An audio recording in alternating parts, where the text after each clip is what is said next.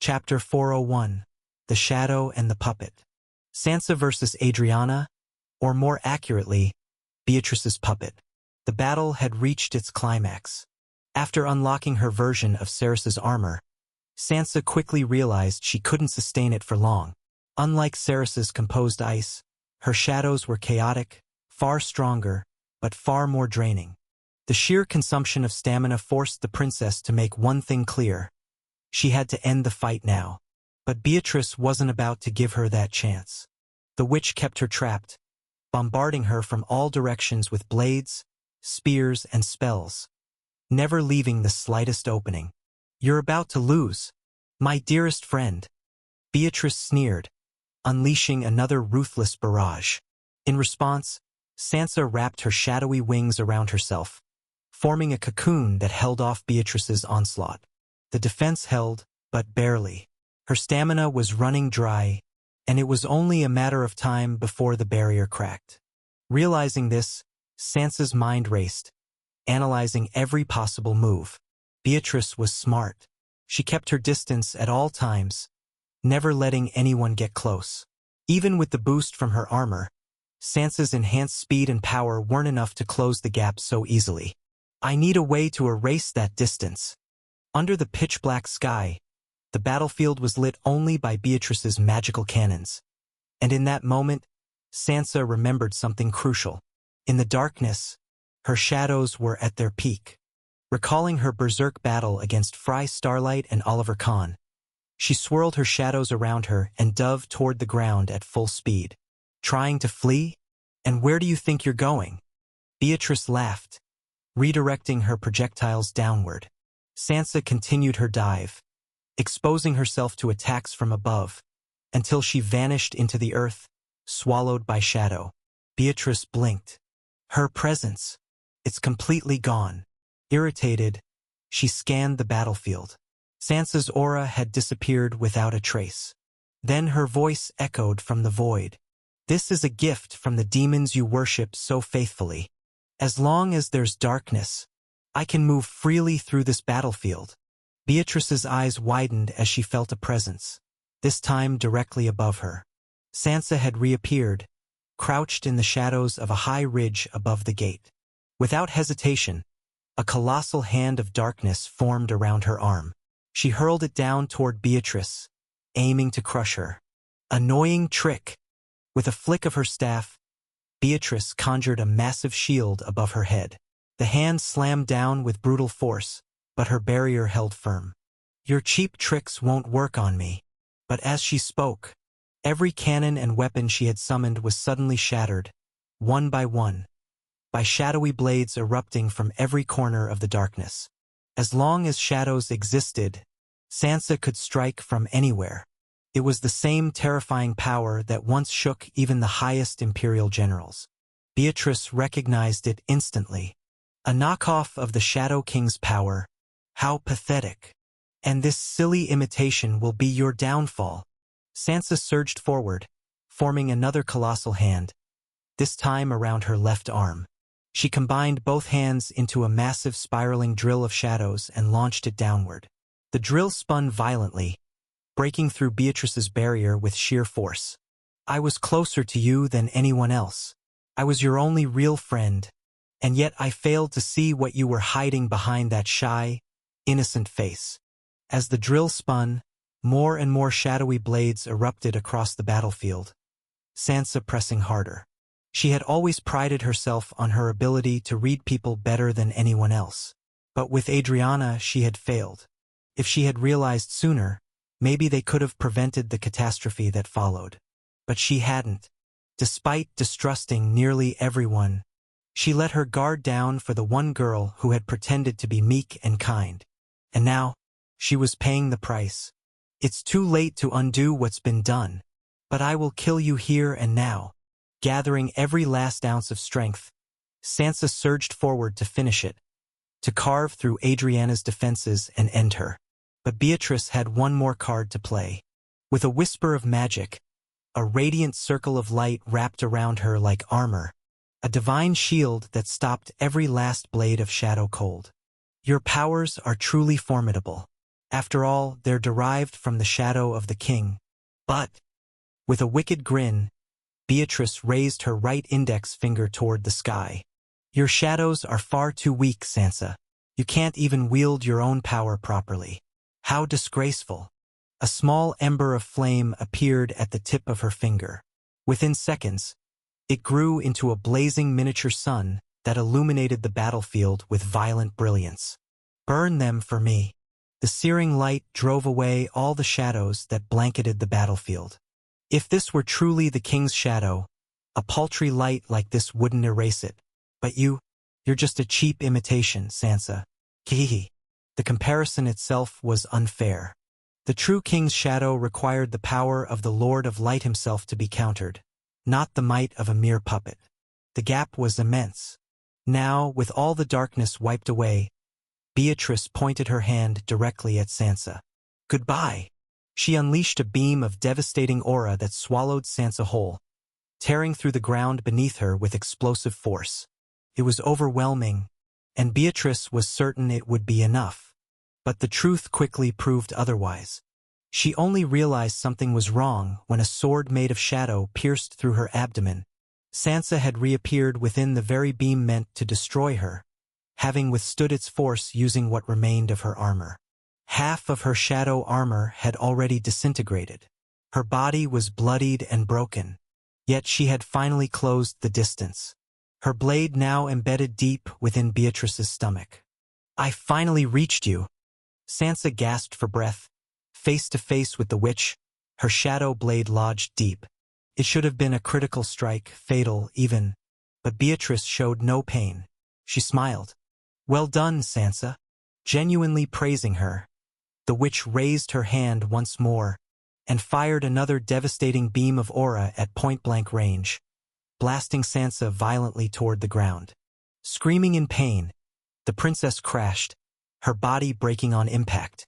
Her shadows dispersed completely. She lay on the ground, bleeding, heaving, as Beatrice slowly pulled the shadow blade from her stomach. What a pity, but this body isn't like the others. Despite the red blood it spilled, Adriana's body was nothing but a vessel, a puppet. Couldn't be killed by a wound like that. And that realization dawned on Sansa, far too late. As she struggled on the ground, Beatrice descended slowly from the sky. The artificial sun above faded, restoring the battlefield to its natural darkness. You fought well, Sansa. I didn't expect you to land a hit at all. A shame it ends here. Raising her finger again, Beatrice summoned fire once more, surrounding herself with a corona of destruction, ready to erase Sansa once and for all. You were nothing more than a defective product of an experimental demon seed. You failed your mission and clung to life by stealing power from demons. A failed experiment like you should have died long ago. Preparing to unleash the final blow, Beatrice smiled cruelly. I'll clean up this filth myself.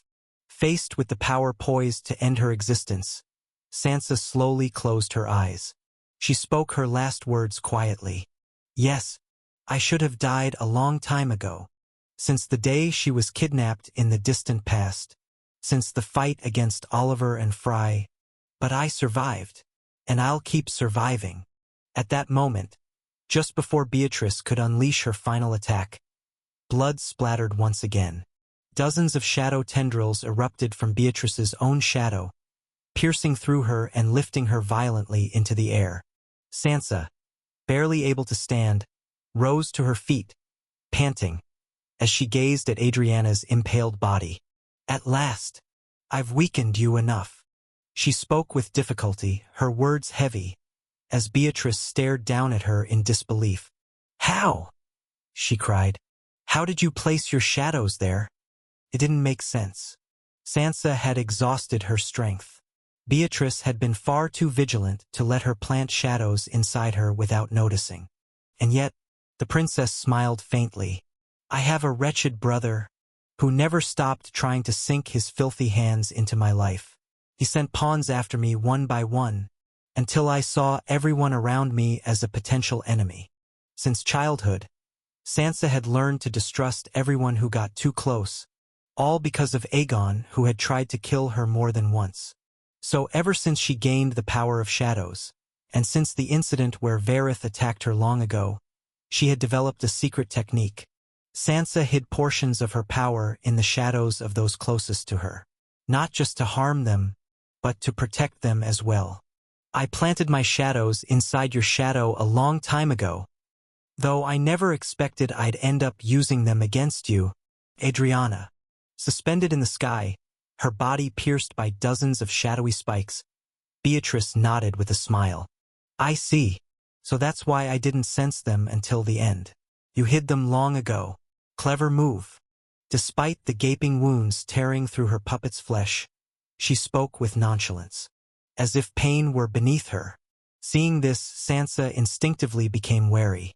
Beatrice, meanwhile, sighed in mild annoyance. Ah, dear me. I really need to stop lowering my guard the moment I think the battle's over. That's the second time this happened to my precious doll. Beatrice's casual remark triggered something in Sansa's mind. Dolls? She asked with a frown. The witch simply returned to her usual smile. This body's done for. It's going to die soon. Let's call it a draw. Sansa, what are you talking about? And what do you mean by dolls? Sansa pressed for answers, but Beatrice ignored her, chuckling wickedly instead. At that moment, right in front of the gate, the ground beneath Sansa's feet suddenly lit up. Beatrice had activated one of the magical traps she had set earlier in the battlefield, along with the red gate trap. Seeing the light, Sansa immediately tried to flee, but it was too late. I'm sorry, Sansa. But you weren't the only one who saved their trump card for the end. As Beatrice spoke, a thin beam of light emerged from thin air, a simple pillar of light. Yet it pierced straight through Sansa's chest without mercy, leaving a gaping, bloody hole over 20 centimeters wide. The beam shot through her entire body, exiting her back and leaving an empty cavity that revealed the sky beyond. Sansa's eyes lost their spark almost instantly. Blood poured endlessly from the wound as her body crumpled to the ground. At the same time, Adriana's body also collapsed, the shadows that sustained her puppet vanishing along with Sansa's fading life. Their lifeless bodies lay side by side, both staring blankly at the empty night sky, their blood pooling beneath them. It was the final note in a brutal battle between a cunning witch and a princess who fought until the very end. Sansa Valyrian versus Adriana. This round ended in a draw. And the death of both. Chapter 402. Who am I? Most of the battles had now come to an end. Only a few remained before the curtain would fall on this final round. Somewhere in the vast battlefield, Draxler sat atop a jagged rock, his sword plunged beside him into the ground. Running a hand through his orange hair, Beatrice's chosen knight sighed in boredom as he surveyed the ruined wasteland before him. That bastard! He really ran off. After a long, intense battle, Ghost Umbra had proven to be a serious threat. One Draxler considered a worthy opponent.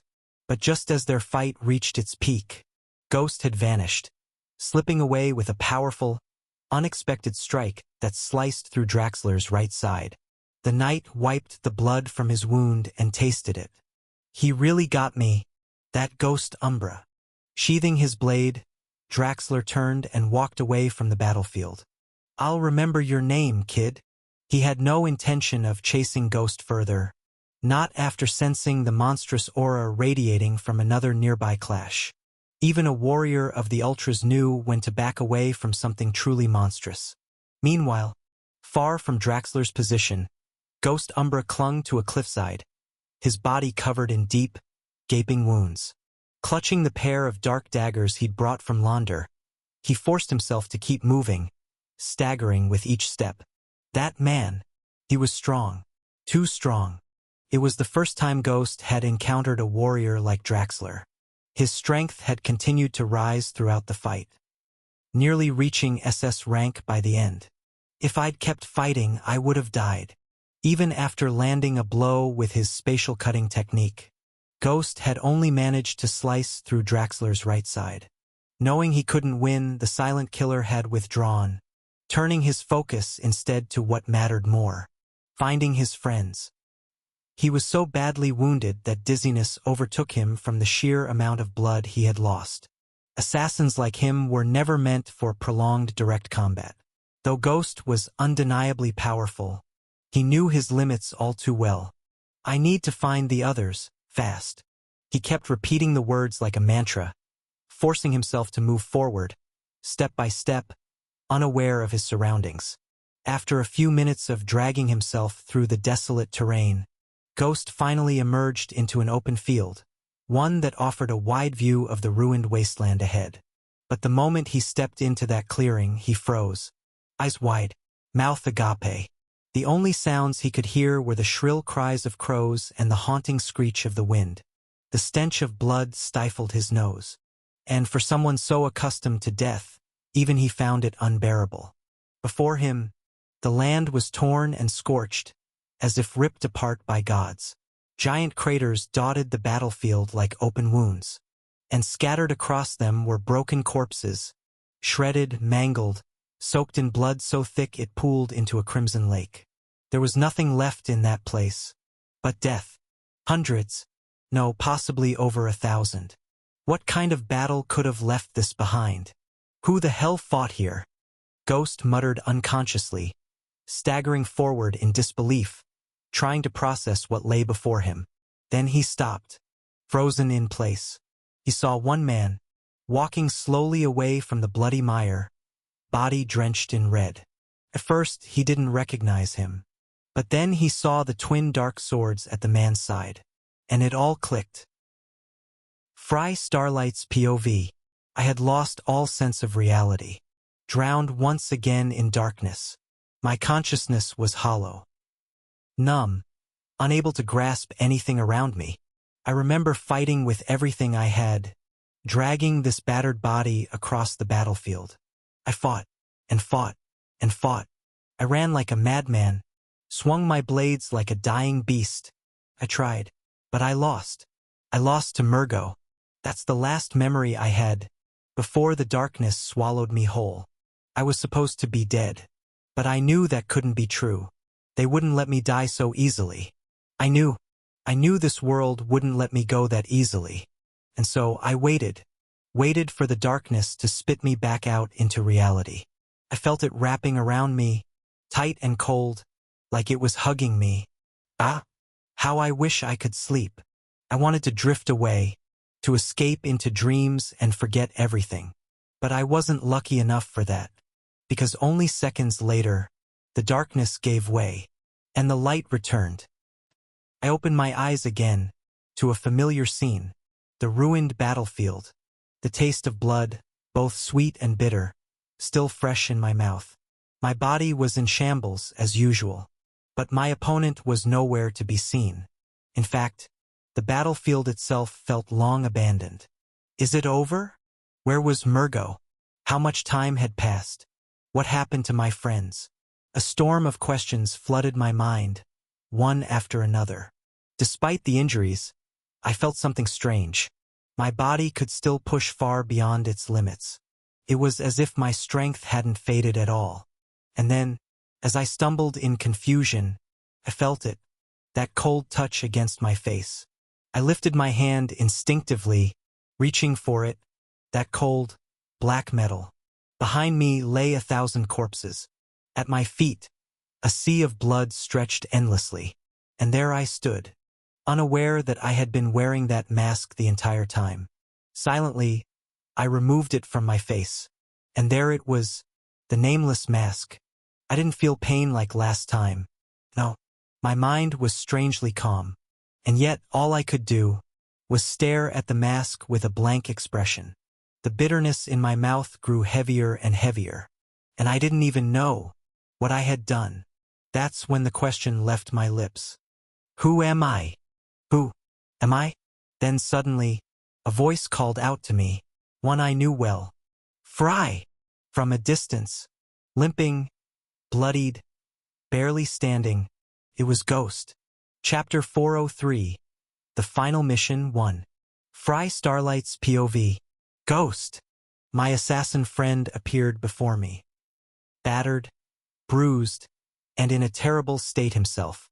But seeing him brought a fleeting sense of relief to my heart, a fragile joy laced with worry. As I was still clueless about what had happened to the others, I knew you wouldn't die, Fry. Relief washed over Ghost's face as well, revealing an expression he rarely showed anyone. I won't die, my friend. Be certain of that. In this vast universe, I'm the last person they should be worried about when it comes to survival. Ghost was glad to see me, but his eyes lingered on the field of corpses behind me. That's when he finally asked, puzzled, "Was this your doing?" With the nameless mask now hidden, I didn't even glance at the carnage behind me. I simply looked forward. I repelled one of their armies here. It bought us some time, but we need to move. More will be coming soon. With Ghost here, I'd finally found a lead to the others. Thanks to the witch's mark still with him. Let's move. We have to find them before it's too late. After drifting in a mental void, I'd finally regained my grasp on reality, remembering what happened and why I fought so fiercely. My comrades, especially Danzo, they all faced terrifying enemies and were closer to death than ever before. Ghost shared my thoughts, so we didn't waste a single moment. We took off immediately, guided by the witch's mark still faintly glowing on him. At the same time, I opened the system interface, finally deciding to use the third-person POV, a feature I'd hesitated to activate until now, afraid of the harsh truths it might reveal. With my heart pounding, I stared anxiously at the system window as it lit up in front of me with a cold blue glow. Host name, Fry Starlight, Dual Soul. Class, Swordsman. Talent, SS. Current rank, A. Strength, A-. Speed, A+. Agility, A. Endurance, S. Aura, SSS. Magic. Swordsmanship, level 6. Limit broken. User can now reach level 7. Inherent talents. Swordsmanship, aura manipulation, poison resistance. Combat style, 10,000 steps of shadow. Skills. Hawkeye's grade A. Ghost steps, grade A. Seduction, grade D. Ascension, grade S. Ignition, grade SS. Abilities. Shadow adaptation, 3/7. Stage 1. Adaptation to all combat styles, allowing user to counterattack any opponent. Stage 2. Adaptation to all types of physical damage, granting the ability to regenerate from any wound. Stage 3. Anti-magic, level 2. Current achievement points, 0. Main mission. Survive the pursuit, 10,000 achievement points. Final mission? As always, the system displayed my stats. My power had increased drastically since the last time I saw it. But I didn't care about any of that. My focus was solely on the Affinity tab. Their 3 names blinked in red. Danzo Smasher, Sansa Valyrian, Snow Lionheart. I used the third-person perspective on all 3 over and over again, but no matter how hard I tried, all I found was darkness. Each time I activated the skill on one of them, the screen would immediately go black. I couldn't see anything, couldn't reach them. That cursed darkness only deepened my anxiety, and slowly, the dreadful thoughts began to eat away at me. It had already been so long since I fought that army, and since I faced Murgo. Enough time had passed for every battle to be over, which meant everything had likely already ended. Then what was the meaning of that darkness? Were they simply unconscious? Or? The more the worst-case scenario began to take shape in my mind, the more painful the pressure in my head became. Clenching my fists tightly, I charged forward, pushing Ghost to pick up the pace. We need to find them, as fast as possible. Ignoring the fatigue that dragged at my bloodied body, I forced myself to keep going, demanding more, giving more. All along the way, I kept trying to use the third-person perspective on them. But no matter how many times I tried, that cursed darkness never went away, and that only made my anxiety worse. I feared what I would find at the end of this road. Scattered corpses, limbs, blood, nothing more. Just the thought of it nearly shattered me. So what would actually happen if those fears turned into reality? Don't die. The words slipped from my mouth without conscious thought. Ghost heard them. He knew exactly what I was thinking. He rushed ahead of me with renewed speed, following the faint trace of the witch's mark. We'll find them, Fry. They're strong. They won't die so easily. That's what he said. But I knew. He didn't truly believe it either. Maybe it was just his way of comforting me. But it didn't change anything. With all my senses honed on what lay ahead, I realized we'd entered a tunnel carved deep into one of the larger mountains. As I examined the surroundings more closely, I recognized them. They looked eerily similar to the battlefield where I'd last seen Danzo fighting. A spark of hope ignited within the pit of black despair consuming me. Ghost, are you sure the mark is leading us here? In response to my urgency, Ghost raised his hand and showed the faintly glowing witch's mark. Yes, one of them is definitely here. His confirmation stoked the hope within me even more. If the mark was still active, that meant Danzo was still alive. Somewhere, deep within these dark caves, he was still breathing. Knowing that, I couldn't hold back anymore. Which way is it pointing? I shouted, and Ghost hesitated for a moment before pointing toward a solid wall of stone. This entire mountain was a maze of intersecting tunnels. If we kept taking turns and searching blindly, we'd never make it in time. Understanding that, I drew both swords and unleashed my aura once more. With a single wave of dark aura, I blasted through the stone wall, carving our path by force. Let's go! I kept tearing through the rock without pause, forging a new path straight through the mountain, with Ghost close behind, guiding me toward the correct direction. At this rate, the whole place might collapse on us, Fry. Ghost warned, worried we'd be buried alive. But I didn't care. We'll make our own way out if we have to. We just need to reach him. Now. I had already given everything I had. I had fought until my body could barely move, until my breath ran dry. So please, Danzo, please, hold on. Don't die. That was my only wish. Danzo Smasher's POV. My name is Danzo. I'm not a complicated guy. Not special either. If you asked me, I'd say I'm just average. My mother loved strong men. That's why she married my father, who to me always represented what strength truly meant. As for me, I was just a kid who loved his mother. She admired my father's strength, so from a young age, I trained hard. I wanted to be strong too, strong enough to impress her. Maybe in this world, she was the only person I ever truly wanted recognition from. But she died too early. She didn't give me enough time to earn that recognition. My father was strong. But even his strength couldn't stop her from dying. That's when I started asking myself, what kind of strength would I need to survive in a world like this? And the answer was clear. A lot. More than I ever imagined. Enough to overcome everything. So I trained. I trained again and again. After my mother's death, my father raised me on his own. He gave me everything he could. I was grateful. He taught me values. He taught me what it meant to be a man. One who doesn't betray his friends. One who keeps his word no matter what. One who never gives up, no matter how many obstacles life throws in his way. All those values, they shaped the man I am today. Even when I hit the wall of talent, I never stopped. I kept moving forward. I built my strength from nothing. Every ounce of it was mine alone. It was something I forged with my own hands, something I've always taken pride in. But that very strength, the strength I built my entire life, ended up betraying me. That's when I realized I was still inside the battlefield.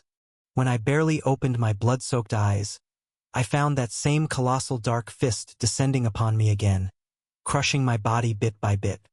Ah, that's right. I remembered now. I was still in the middle of a fight, still battling that monster known as Gvardiel. Against a monster like that, I lost completely. The silver dragon shield was shattered. As for my body, I didn't want to look at it. No, I couldn't look at it anymore. At the end of the battle, I saw Gvardiel tear open my chest by force. The pain was Unbearable. So much so that I passed out more than once. And still I didn't die. Did my resilience buy me a few extra minutes? But the pain, it was too much. Bones shattered, chest torn open. The world turned black. I lost. Completely.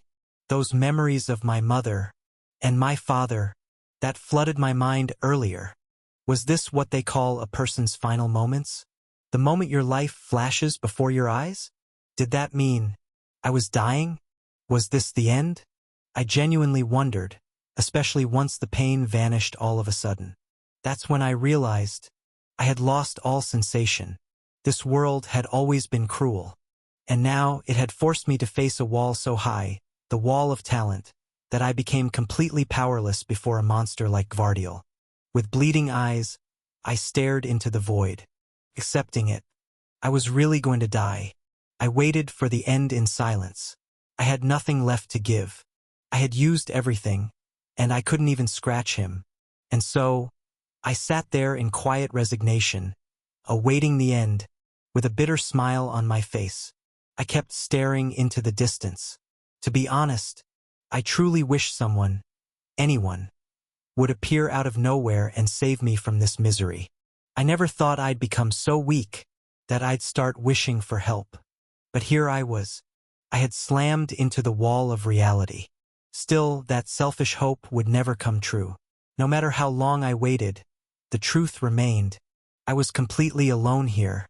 I had no choice but to close my eyes, as everything faded into black. Ah, Father's going to be so disappointed. Father, my friends. I'm sorry. Chapter 404. The Final Mission, 2. A lot of time had passed. The individual battles were all over. Some won, some lost. Some survived. Others didn't. Fry and Ghost, after tearing through the mountain range like madmen, it had taken them several long minutes to finally arrive. With every second that passed, Fry could feel his heart pounding harder and faster as they closed in. Fry, the man whose emotions had been long buried, whose heart had turned cold, was now more anxious than ever, because they were nearing someone who still had the power to stir those long-forgotten feelings inside him. Danzo. He was a man who gave so much and never asked for anything in return. One of the very few people Fry truly cared about. Danzo. The wait didn't last long. Both Fry and Ghost finally reached the battlefield. But the enemy was nowhere to be seen. Instead, all they found was a devastated cavern, crushed and ruined by the battle that had taken place within. And at the very end of that cavern, inside a massive crater carved into the stone wall, there lay a familiar figure, a young man they knew all too well. Frey's hawk eyes allowed him to see clearly, even from a distance. Danzo, his body broken, mercilessly torn apart by Gvardiel. His chest ripped open, his face covered in blood, his armor shattered into fragments, and blood spilled everywhere. That was him, their friend. Both Fry and Ghost dashed toward him like madmen, their faces twisted in fear and panic. They gently held onto him, unable to accept the brutal reality before them. He was in a terrible state, so mangled that some of the wounds had exposed bone. Fry felt fury surge through him, but it was drowned out by something far stronger: fear. Danzo. He said his name with a trembling voice, and then, in that moment, Ghost, who had been checking their friend's broken body, suddenly shouted, "He's breathing!" "What?" Fry asked, stunned. Ghost repeated himself, louder this time. "He's breathing, Fry. He's alive." It took Fry a few seconds to process the words. Danzo was alive. Ghost immediately began treating him as best he could, while Fry placed his hand over Danzo's blood-soaked chest. And then, he heard it, the faint heartbeat, a sound that brought him back to life. "He's alive!" Disbelieving, Fry and Ghost clung to their friend like madmen. "He's alive! We need to help him!" Frey's voice cracked with emotion, his mind too shaken to think clearly as tears welled in his eyes. Channeling his SSS-ranked aura through his palm, he placed it over Danzo's chest, trying to circulate aura into his friend's broken body. But the moment he did, Frey's face darkened. The aura channel. The core, it's all shattered. And then he realized. Danzo was paralyzed. He'd never fight again. He wouldn't even walk. But he was alive. Frey's mind burned. What had happened? How had his friend survived? Did the enemy spare him? Leave him crippled instead of killing him? If that were true, then it was a cruel mercy. Still, Frey didn't care. What mattered more than anything was that Danzo was still breathing. Yet, no matter how hard he tried, Frey couldn't shake the unease gnawing at his heart. Something didn't feel right. Gvardiel, would he really spare their friend? Frey wanted to believe it, but the ominous feeling swelling in his chest kept growing. Faster, louder. Staring at his unconscious friend, Frey failed to notice the system notification that had been blinking beside him for some time now. And then, after a few more seconds, he finally saw it. The system kept flashing insistently, demanding his attention. Frey knew something had happened. He had no choice but to comply. Slowly, he opened the system interface again. Everything was the same, except one thing. With wide eyes and a heart threatening to explode inside his chest, Frey read the words displayed before him. The final mission? It had appeared again. The mission that had been marked only by question marks ever since he won the Victoriad was now back. Main mission: survive the pursuit, 10,000 achievement points. Final mission: save or kill Danzo. Reward: 15,000 achievement points. Skill: screenshot, SS rank. Failure penalty: death of all main characters. Time limit: 1 month. Mission description: a complete demon seed has been implanted in Danzo Smasher. You must act before it activates and unleashes the monster slumbering within. While Ghost was busy tending to Danzo's wounds, Frey kept rereading the mission description over and over. The final mission, long shrouded in mystery, had finally revealed itself. And Frey felt the entire world shake around him. His eyes locked onto one term: complete demon seed. Complete. Frey understood what that meant. Unlike Sansa, who he barely saved, because the seed inside her had only been a prototype, the final, complete seed had no cure. He wrote the story. He knew that better than anyone. There was no healing a complete demon seed, because the cure didn't exist. Not even the power of the Lord of Light could save Danzo. The full seed fuses directly with the body. There was only one way to deal with it. And it was right there in the mission. Save, or kill. Or kill. Kill Danzo. The system had been brutally clear. Frey nearly lost his mind. With a trembling body, he realized the grim reality before him. You're asking me to kill the person I fought so hard to save? Even thinking about it left him hollow. But he didn't let himself spiral too far. No. The system didn't tell me to kill him. His words were precise. Save, or kill. Which meant, there had to be a way to save him. There has to be one. And if there was, then it could only come from the system. Ignoring both Ghost and Danzo, Frey frantically tore through the system interface like a madman. The system must know the answer. It has to. I probably just need a massive amount of achievement points. Yes, it has to be that. Clinging to hope with everything he had left, he activated the writer's authority, desperate to know the answer. How can I destroy the complete demon seed without killing the vessel? He asked with a clenched heart, banking everything on the system. And it replied instantly. Frey expected the usual answer. That he lacked the required points. But that wasn't what he got. Instead, this question cannot be answered using achievement points. Such inquiries require the use of the system inquiry ability. System inquiry? Frey Starlight immediately remembered the ability. The reward he earned from completing the first final mission. His victory at the Victoriad. System inquiry allowed him to ask the engineer one question, and the blue-eyed man would be forced to answer. But right then, Frey remembered. He had already used it. He wasted it, asking how he could return to his original world. He'd spent it, realizing that. He stared at the line that appeared beneath the interface. You were warned. The moment he read it, he recalled what the engineer had told him that day.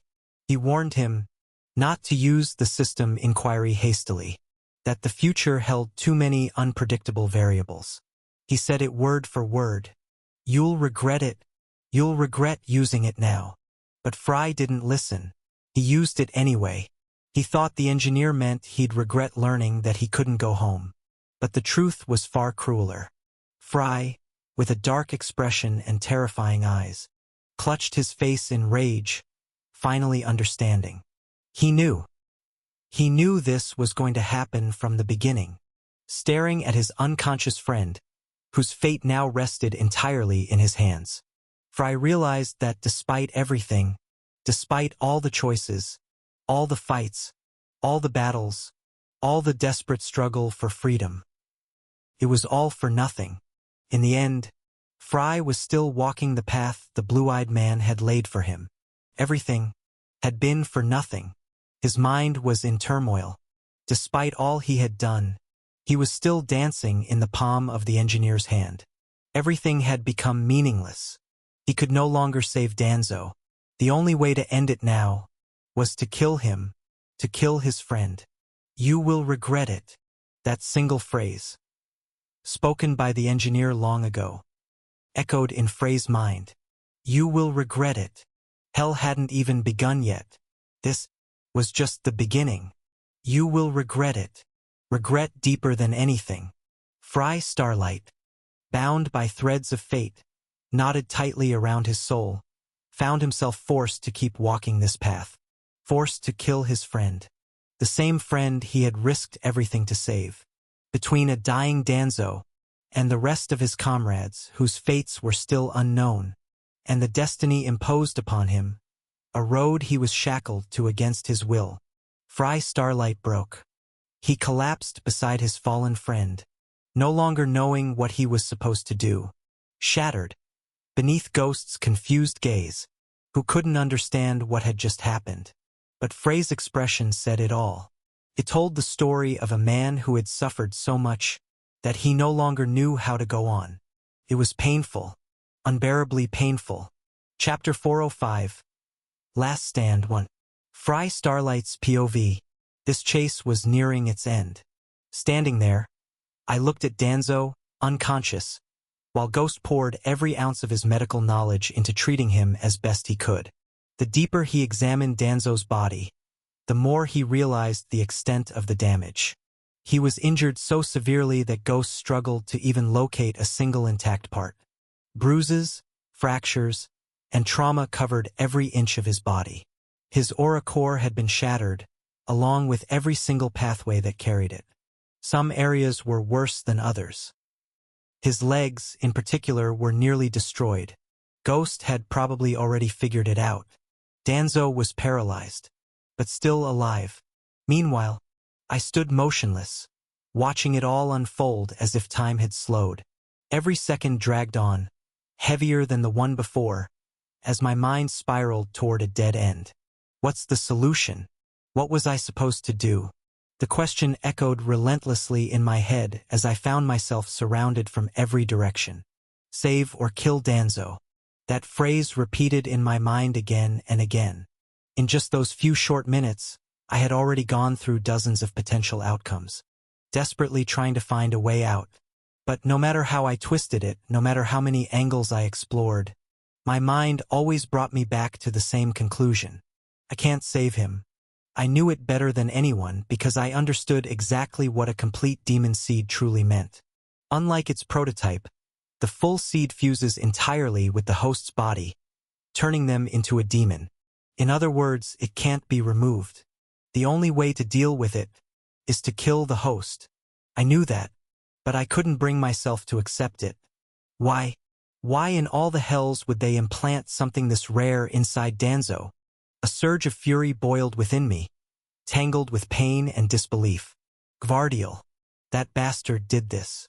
Was this part of his plan from the start? To place this trap inside one of us? But who even is he? And why Danzo? Why, of all people, did it have to be him? I've been through so much in this world. Killing strangers isn't something that phases me anymore. But not him. Quietly, I sat down on the ground, utterly drained, muttering the bitter truth under my breath, over and over. You're telling me I have to kill him? With these very hands? Kill the person I went through hell and back to save? Am I really fated to be chained to this cursed path until the end? I fought. I've struggled. I gave everything. I didn't leave a single stone unturned. I ran like a madman through every possible road, thinking I was choosing my own destiny. But no. All this time, I've been dancing in the palm of his hand. In the end, I've landed exactly where he wanted me. From the very beginning, I was never truly free. Even when I gave up, when I tried to end it all and die, he didn't let me. No matter what I chose, it always led to their desired outcome. And now here I am, being forced to kill Danzo. Kill him, staring down at his battered face, unconscious and broken. I just couldn't accept it. And yet, I couldn't find an answer either. I collapsed, unable to move forward, unable to think. My mind simply shut down, overwhelmed by the unscalable wall of fate that had robbed me of every choice. Powerless, I had no idea what to do anymore.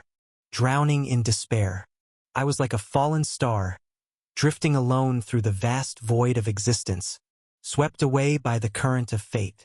Fry! Ghost's voice was the only thing that dragged me back to reality. Looking at him with an empty, blank face, I saw my friend staring at me in confusion. What's wrong with you? Huh. I responded faintly, not even aware of my surroundings. Ghost clearly couldn't comprehend what I was going through. I've called your name several times. You just sat there staring into space. Pull yourself together, man. He had Danzo slung over his back and motioned with his head. We're not out of this yet. We still have to find the others.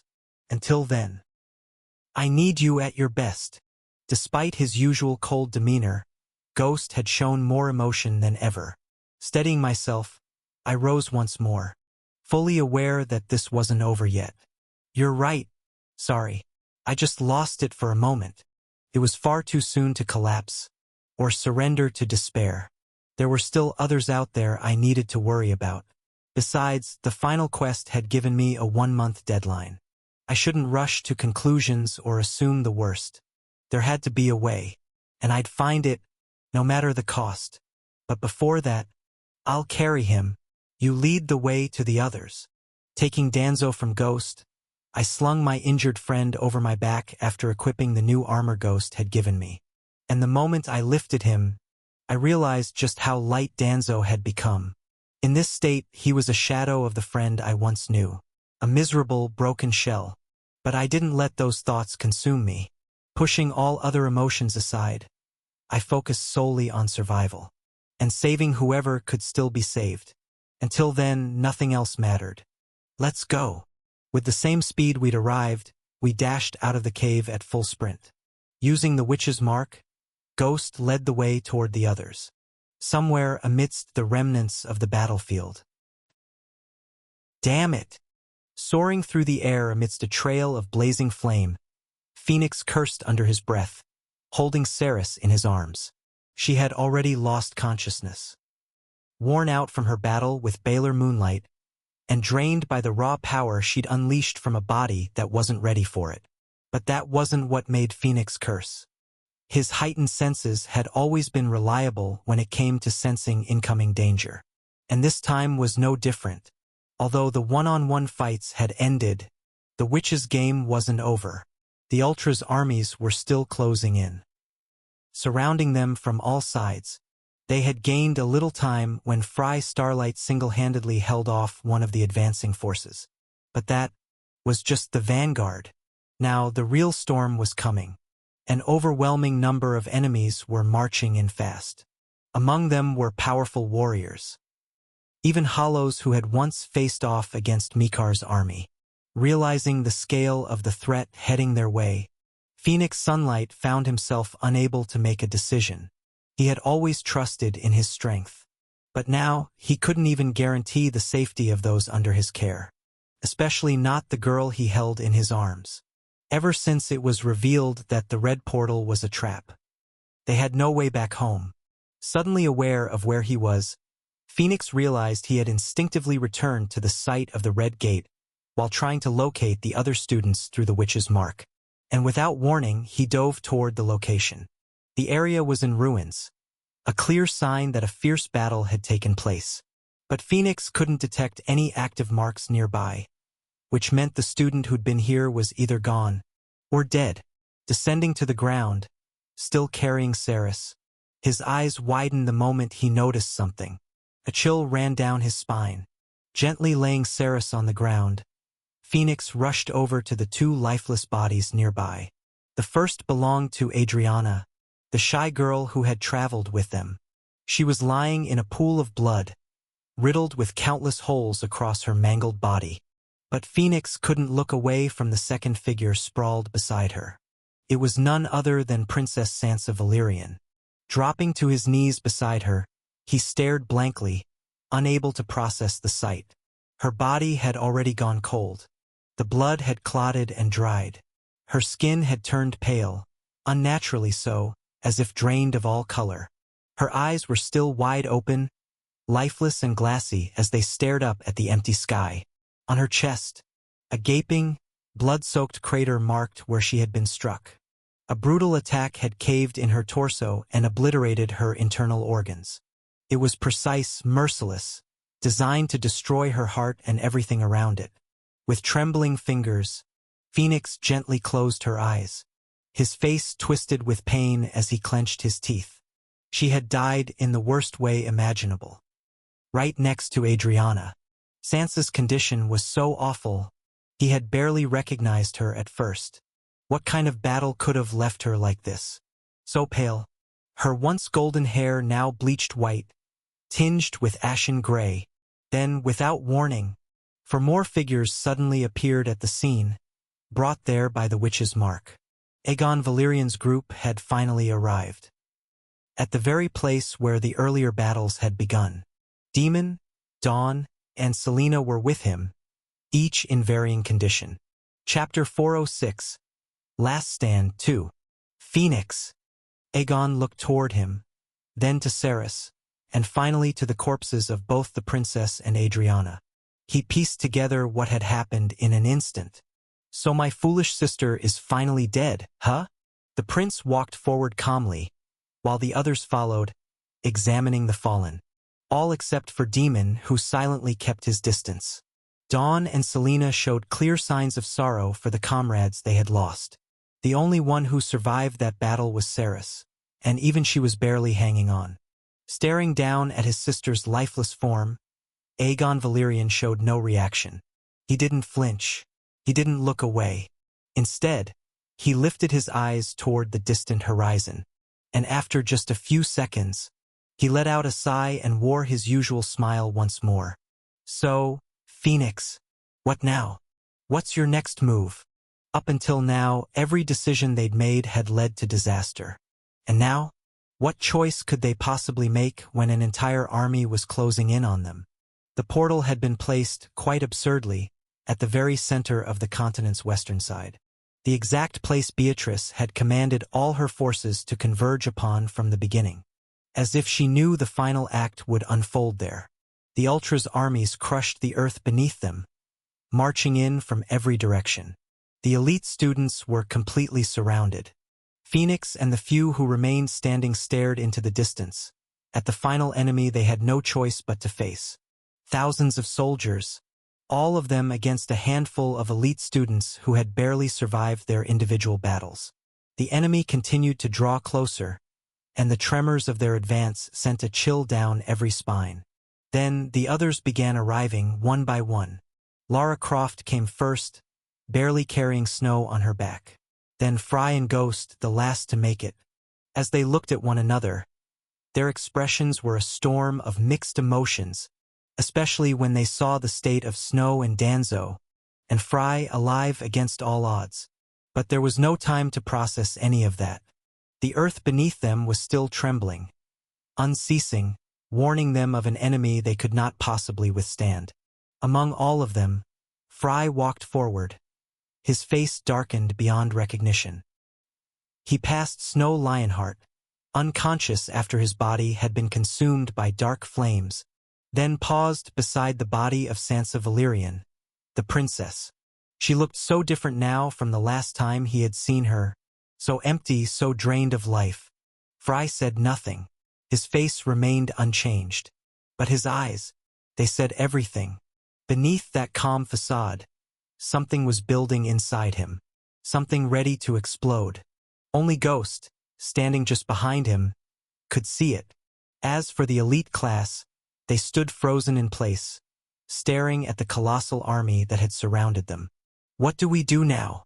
Lara Croft, gripped by fear, gave voice to the question that haunted them all. Terror and hopelessness had seized them until Phoenix stepped forward and unleashed his blazing aura. Flames erupted around him, drawing every eye. Everyone, group up here. Don't engage. Not until the end. Wait until I open a path for you.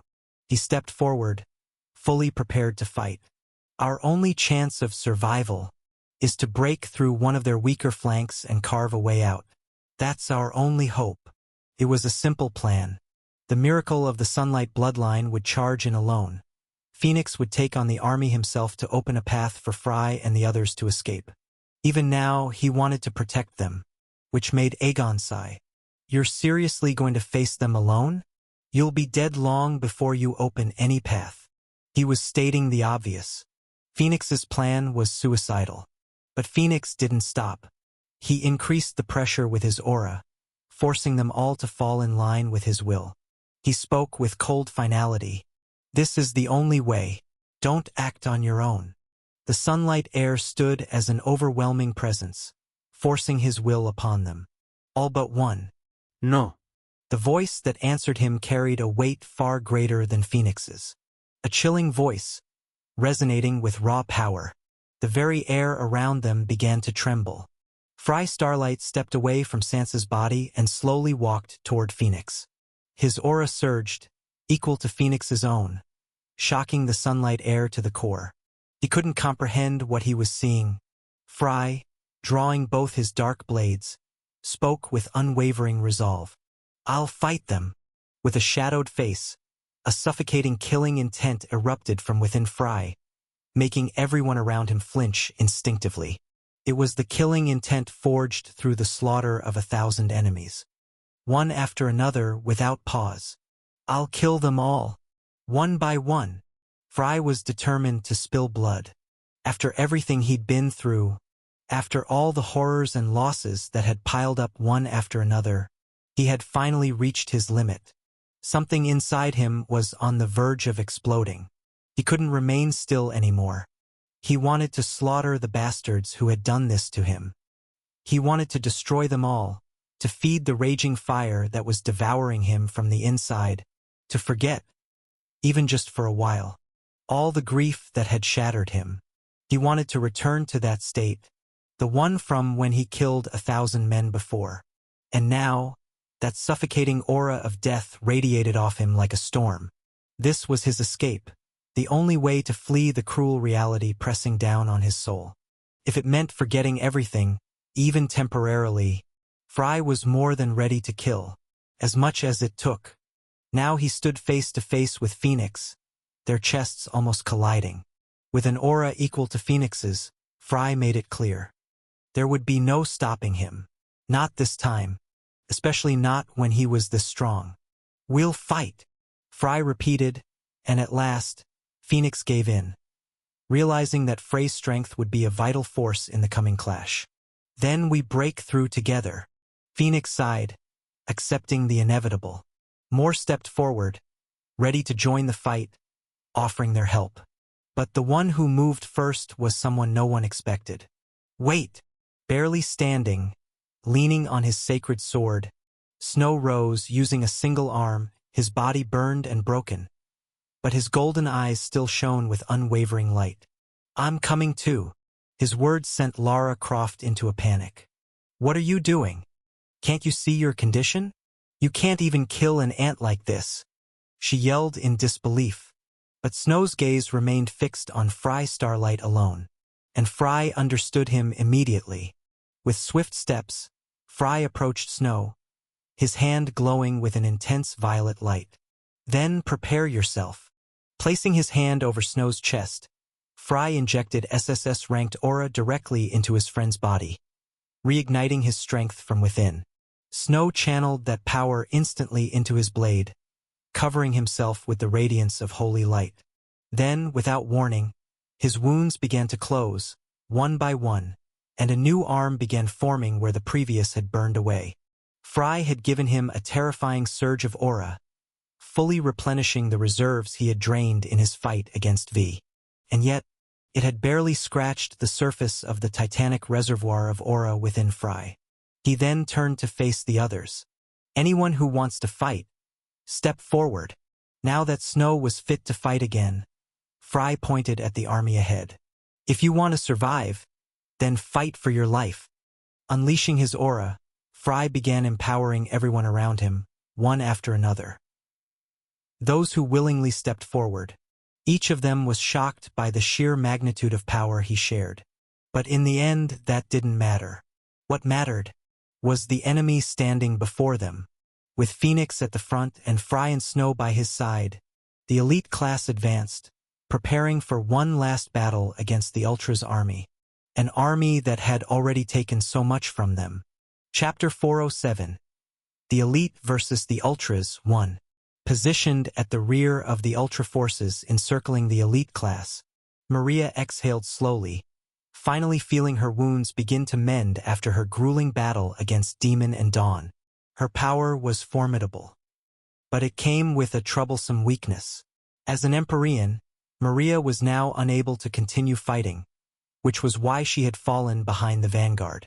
The final battle was about to erupt at any moment, and when it did, the last surviving students of the elite class, the most gifted generation in Imperial history, would be slaughtered. Their deaths would be a devastating blow to the enemy, as these young talents had demonstrated frightening potential. And yet, Maria felt nothing. If anything, the whole situation struck her as profoundly tragic. How far humanity had fallen, to the point where humans were forced to kill humans over and over again. "You look like hell, dear Maria."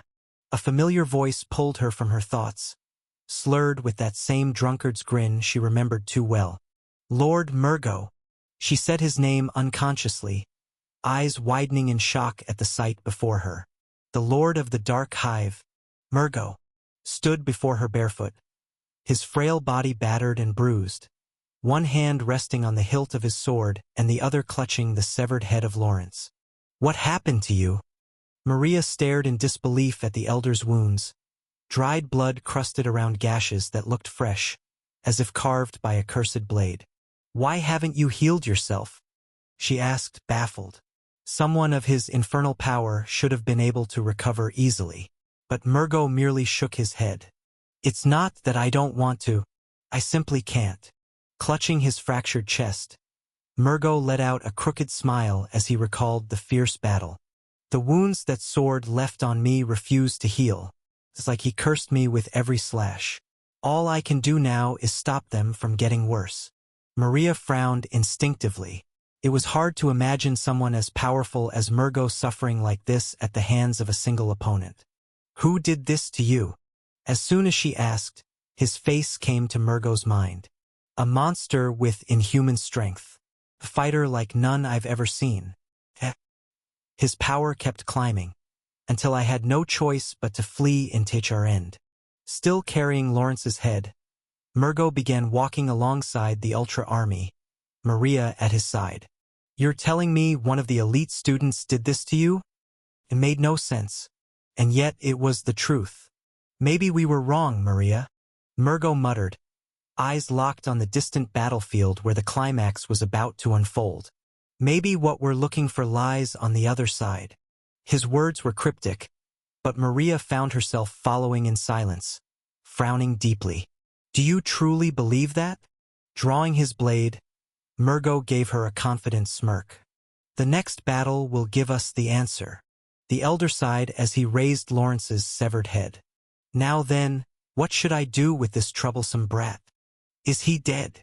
Of course not. Cutting off his head won't kill him, but it'll stop him from regenerating so easily. With a wave of his hand, Murgo opened a dimensional rift and tossed Lawrence's head inside. I'll deal with him later, but for now. At that moment, the Ultra's army stopped advancing. They had reached the center.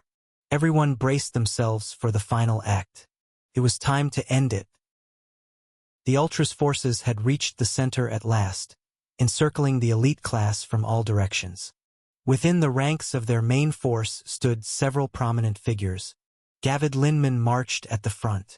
Lords of the Ultras, like the furious Godfrey, still enraged from his last fight against Phoenix, followed closely behind. Others, like Gvardiel and even the Hollow Evelyn, who had yet to reappear, were also present.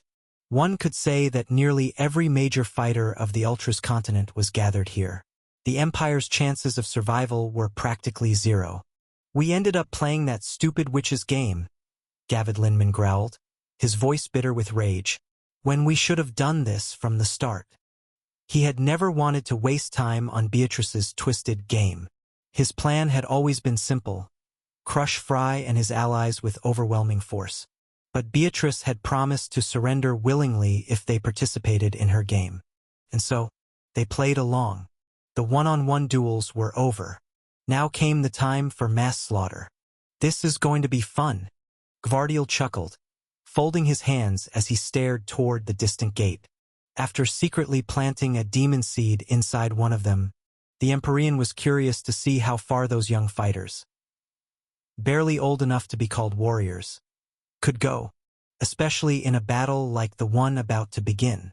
All of the Ultra's forces stood ready, their armies amassed and waiting. But the first move didn't come from them. It came from the enemy. Before their very eyes, a blazing pillar of fire rose to the sky, piercing the darkness of night as it ignited the battlefield with overwhelming power. The flames swelled and surged, taking the form of a colossal phoenix with wings ablaze, screeching madly as it dove toward the Ultras. Harnessing an astonishing amount of fire aura, Phoenix ignited the skies above, launching the flaming beast without warning straight into one of the weaker flanks of the Ultra's army. He was clever, targeting the vulnerable first.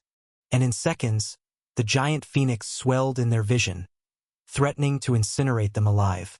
Holy hell! Gvardiel burst into laughter at the sheer spectacle.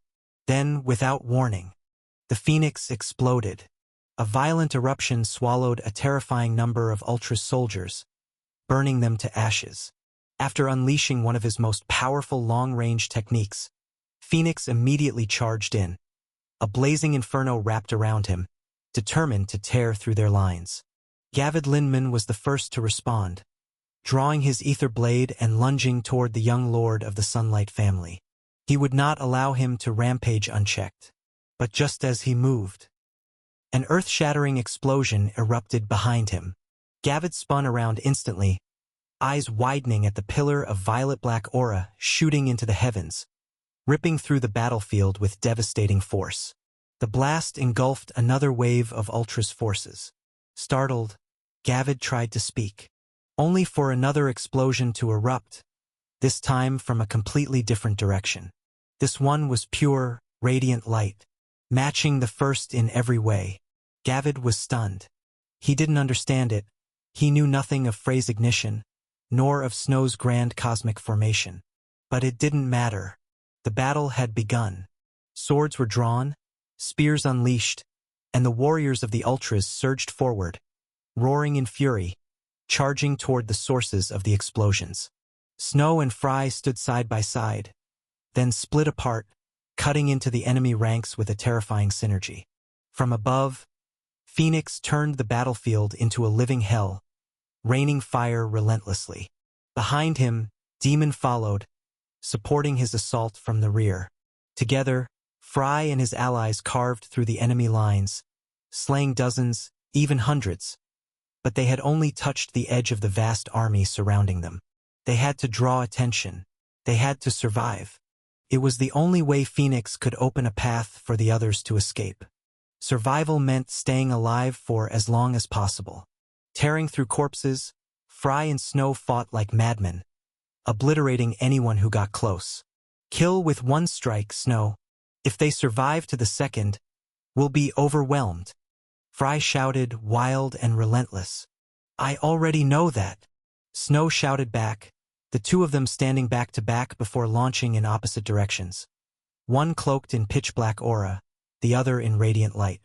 They moved like lightning, cutting down enemies one after another.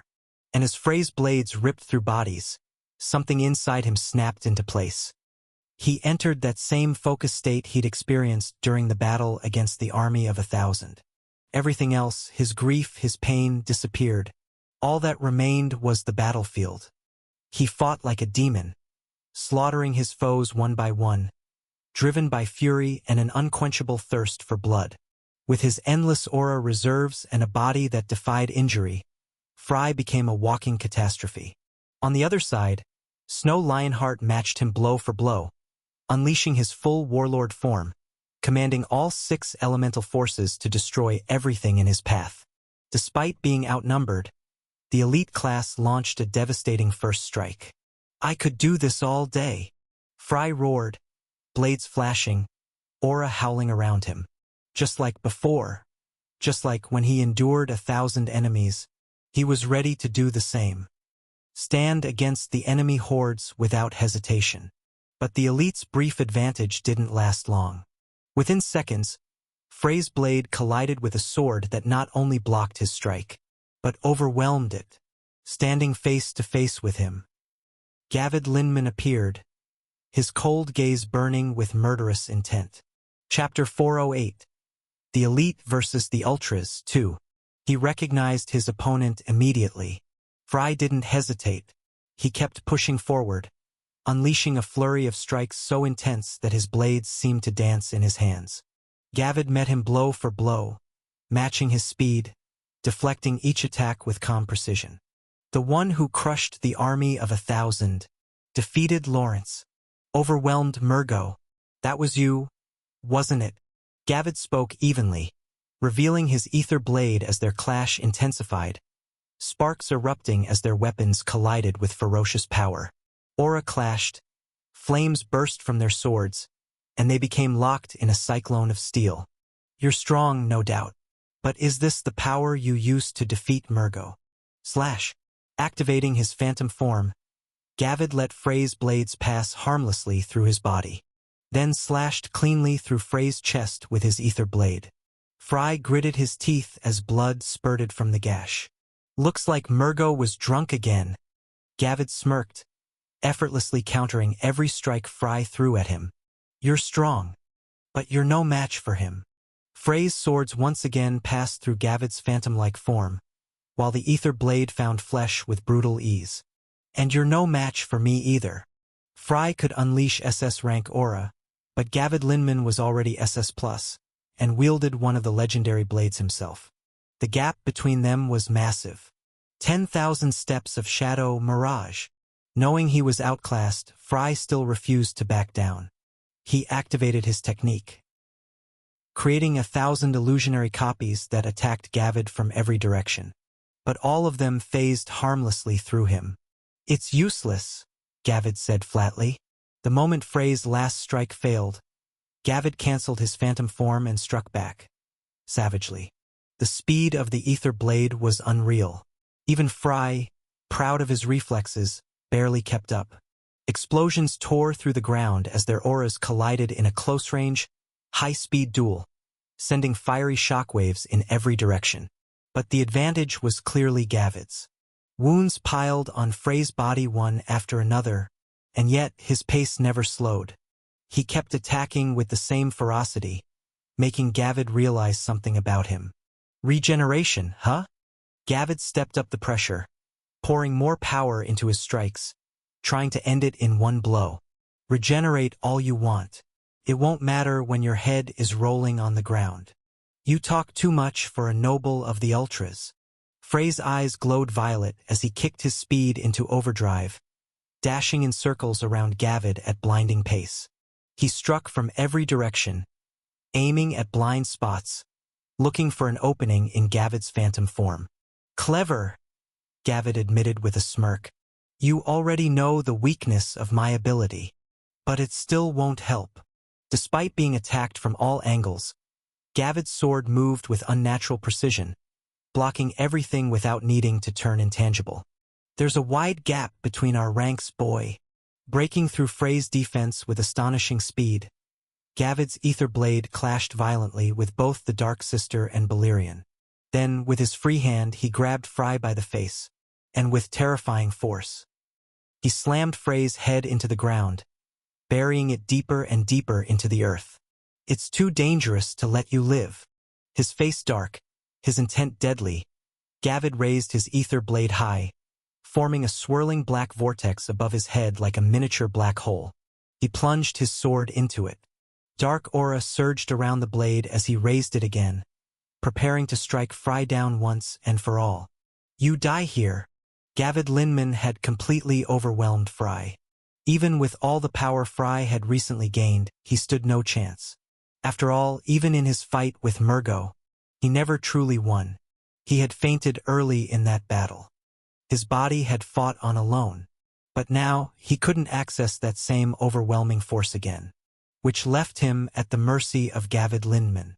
And just as the final strike was about to fall, Frey's shadow rippled, like a gate opening to another world. And from its depths, Ghost Umbra emerged, face to face with Gavid at the critical moment. The Ultra's Lord hadn't sensed Ghost hiding within Frey's shadow. Not yet, but instinctively, he activated his phantom form once more, prepared to counter whatever the assassin might throw at him. Gavid was confident that someone at Ghost's level wouldn't be able to inflict any significant harm. But the silent killer knew exactly what he was doing. Without hesitation, he slashed his hand toward Gavid's chest, and unleashed his strongest attack from the very start. Spatial Severance. Using his most powerful and mysterious skill, Ghost sliced through space itself, targeting Gavid while he was still in his intangible form. Then, without warning, a deep, horrific gash appeared across Gavid's chest. He stared at it in disbelief, his expression frozen in shock, unable to comprehend what had just happened. Taking full advantage of his enemy's confusion and momentary panic, Ghost acted immediately, grabbing Frey and pulling him into his shadow before vanishing in a blink. Gavid had misjudged Ghost's strike as nothing more than a regular attack, but Spatial Severance didn't simply slice matter. It cut through space itself, hitting everything within its range, including his phantom form, which meant Ghost had succeeded where even Frey had failed, dealing real damage to Gavid Linman. Unfortunately, the injury was shallow due to Ghost's lower power level. It wasn't nearly enough to stop Gavid, who instantly gave chase. The tide of battle shifted violently, just like Frey. The rest of the elite were now surrounded by Ultra's soldiers. Snow clashed against Evelyn. Beside her, the traitor Baylor Moonlight. Phoenix was forced to fight both Godfrey and Gvardiel at the same time. The elite class found themselves on the verge of defeat, and barely 15 minutes had passed since the battles began. From the start, the difference in power had been overwhelming. We're going to be annihilated. Lara Croft stood in the rear with Selena, shielding the unconscious Danzo and Ceres. Her voice trembled as she took in the scene. The battle was hopeless. The Ultras had surrounded them on all sides, intent on wiping them out completely. At that moment, she realized there was no escape. They were utterly trapped. Everyone in the elite class knew it. Yet still, they fought to their last breath. In their darkest hour, covered in wounds, soaked in blood, as death crept closer with every second. A blinding beam of light struck the battlefield without warning, shaking the earth as it descended. Everyone turned to the source of the blast, and were stunned. A massive pillar of light had descended from the heavens, glowing intensely in the distance. That's... Selena's eyes widened. She was the first to recognize it. Then suddenly, every member of the elite class heard a voice in their minds. A voice none of them had heard before. Run to the gate. All of you. It was Millicent. Her voice was so overwhelming that their bodies moved on instinct. They all began running toward the beam of light without even thinking. But the light had landed within the enemy lines. If they wanted to reach it, they'd have to break through the ultras. There was no guarantee that the light was even a way out. But for some reason, they all chose to believe in Millicent's voice. At the same time, the beam appeared. Another figure entered the battlefield, cloaked in a veil of dark aura. How rude! Barging in just when the game was about to end. Beatrice emerged in her true body, smiling wickedly. She had appeared to deal with the arrogant intruder who dared cast magic inside her domain. It had taken all of Millicent's strength just to pierce Beatrice's field in the first place, which explained her delay. And now, even after succeeding, Beatrice immediately moved to shut her down. Aware of this, Millicent screamed from the other side, "Now! We only have 1 minute before her domain expels us." In sync with her words, the sky blazed with light, and 2 overwhelming auras tore into the battlefield at once. From between them, an old man descended, landing directly above Beatrice. The witch froze, stunned as she stared up at him. "You!" she muttered unconsciously, and the old man bellowed, "I am Sir Alon Valerian," gripping his staff. It exploded into a radiant golden sword with a glowing white edge. Harnessing the aura of light, the Iron Emperor moved at the speed of light, unleashing a divine slash toward Beatrice. He was so absurdly fast. He sliced the golden witch clean in half in a single blow, shaking the battlefield with the sheer weight of his aura. The Iron Emperor had descended at last. Chapter 409. The Elite versus the Ultras 3. The Old Pact had entered the battlefield. "I can't hold us here for long. Her domain will reject us at any moment. Hurry, Alone!" Millicent's voice echoed across the battlefield, her figure wreathed in a radiant blue starlight aura. On the other side, Sir Alon Valerian wasted no time. The moment he stepped in, he lunged at Beatrice and cleaved her in half with a dazzling speed. "I know that, damn it!" Leaving Beatrice stunned by the sudden blow, Sir Alon followed it up with a massive beam of light, engulfing her completely and turning her into dust. Let them see who the Iron Emperor truly is. With Beatrice wiped out in under 3 seconds, both Murgo and Gavid Linman appeared around Sir Alon, surrounding him as they recognized the threat he posed. Both were SS Plus rankers with terrifying strength and speed. Yet their blades never even grazed Sir Alon, who blinked behind Gavid in a flash, his body still blazing with light. With an even faster swing, Sir Alon unleashed a blinding, rocket-like strike. Gavid barely had time to react, raising ether in defense, only to be hurled hundreds of meters away, crashing violently into a distant mountain. On the other side, Murgo activated the Ushigatanas power, releasing thousands of invisible slashes in under a second in a desperate attempt to cut the Iron Emperor down. Cleave! Releasing 1,000 strikes, Murgo expected at least some to land, only to witness something unthinkable. Sir Alon Valerian, moving at the speed of light, effortlessly dodged every single slash, appearing right in front of Murgo in less than a second. "Unlucky for you, I move at light speed." His sword gleamed with blinding radiance before delivering a devastating strike that sent Murgo crashing into the ground like a meteor. Floating above the battlefield, Sir Alon sighed after taking down both enemies in under 10 seconds. "I'm getting too old for this kind of fight." As he gathered more power of light around him, the Iron Emperor's aura flared intensely. "Let's end this quickly." This was a power unknown to the new generation. If Emperor Mikar Valerian fought at lightning speed, then the Iron Emperor moved at the speed of light. "Don't drop your guard, Alone. That witch is still alive," Millicent shouted through gritted teeth as she continued her duel with Beatrice. Their battle was hidden. Only witches of their caliber could even perceive such a clash. Witches of higher ranks fought by manifesting their domains within the battlefield. Once a witch cast her domain, she could conjure impossible phenomena and bend reality itself. This was why witches always sought to dominate the battlefield first. Beatrice had established a tremendously strong domain. It had taken Millicent considerable time to pierce through it using her stellar magic and open an escape portal, bringing herself and Sarah alone into the field. But Beatrice didn't give her a moment to breathe. She pressed in relentlessly, forcing Millicent to remain locked in combat. Millicent knew she couldn't last long, and she wouldn't be able to cast any more spells due to her focus being entirely consumed by their duel. On the other hand, Beatrice couldn't act freely either, which was the only silver lining of the situation. Everything rests on you now, Sarah Lone. I told you. I know. And Sarah Lone didn't waste time. Meanwhile, the elite students fought with newfound ferocity as hope finally appeared on the horizon. Phoenix, in particular, was astounding, battling both Godfrey and Gvardiel simultaneously. He unleashed hellish flames like a walking furnace.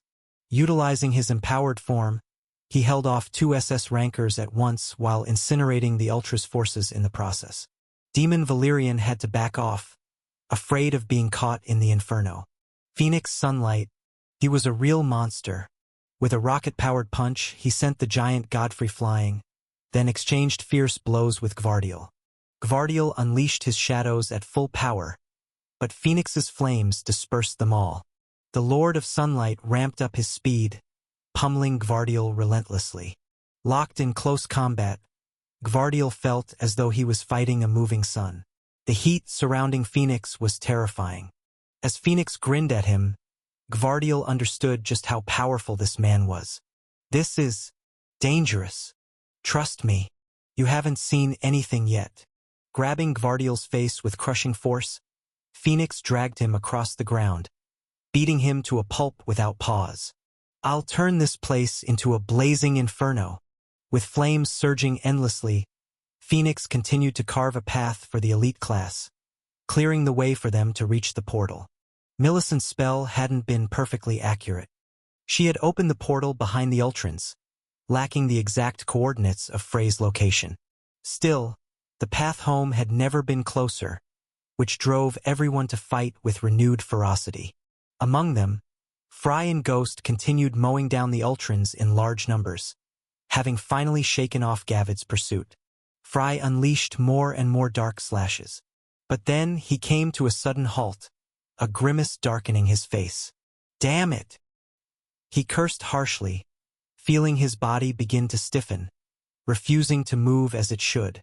It was as if his weight had multiplied several times over. Even simple movement became a struggle. What's wrong, Fry? Ghost, covering his back, kept tearing through enemies but quickly noticed Frey's slowing pace. Fry himself didn't fully understand what was happening to him, yet he forced his body to swing the twin blades again and again. Nothing.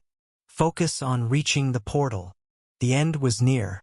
They only needed to secure the path now, thanks to Sarah Lone, who manipulated the element of light with perfect mastery, summoning a terrifying number of light swords above the sky. Then, without warning, he launched them all down on the Ultrian forces like artillery shells, painting the battlefield with blood.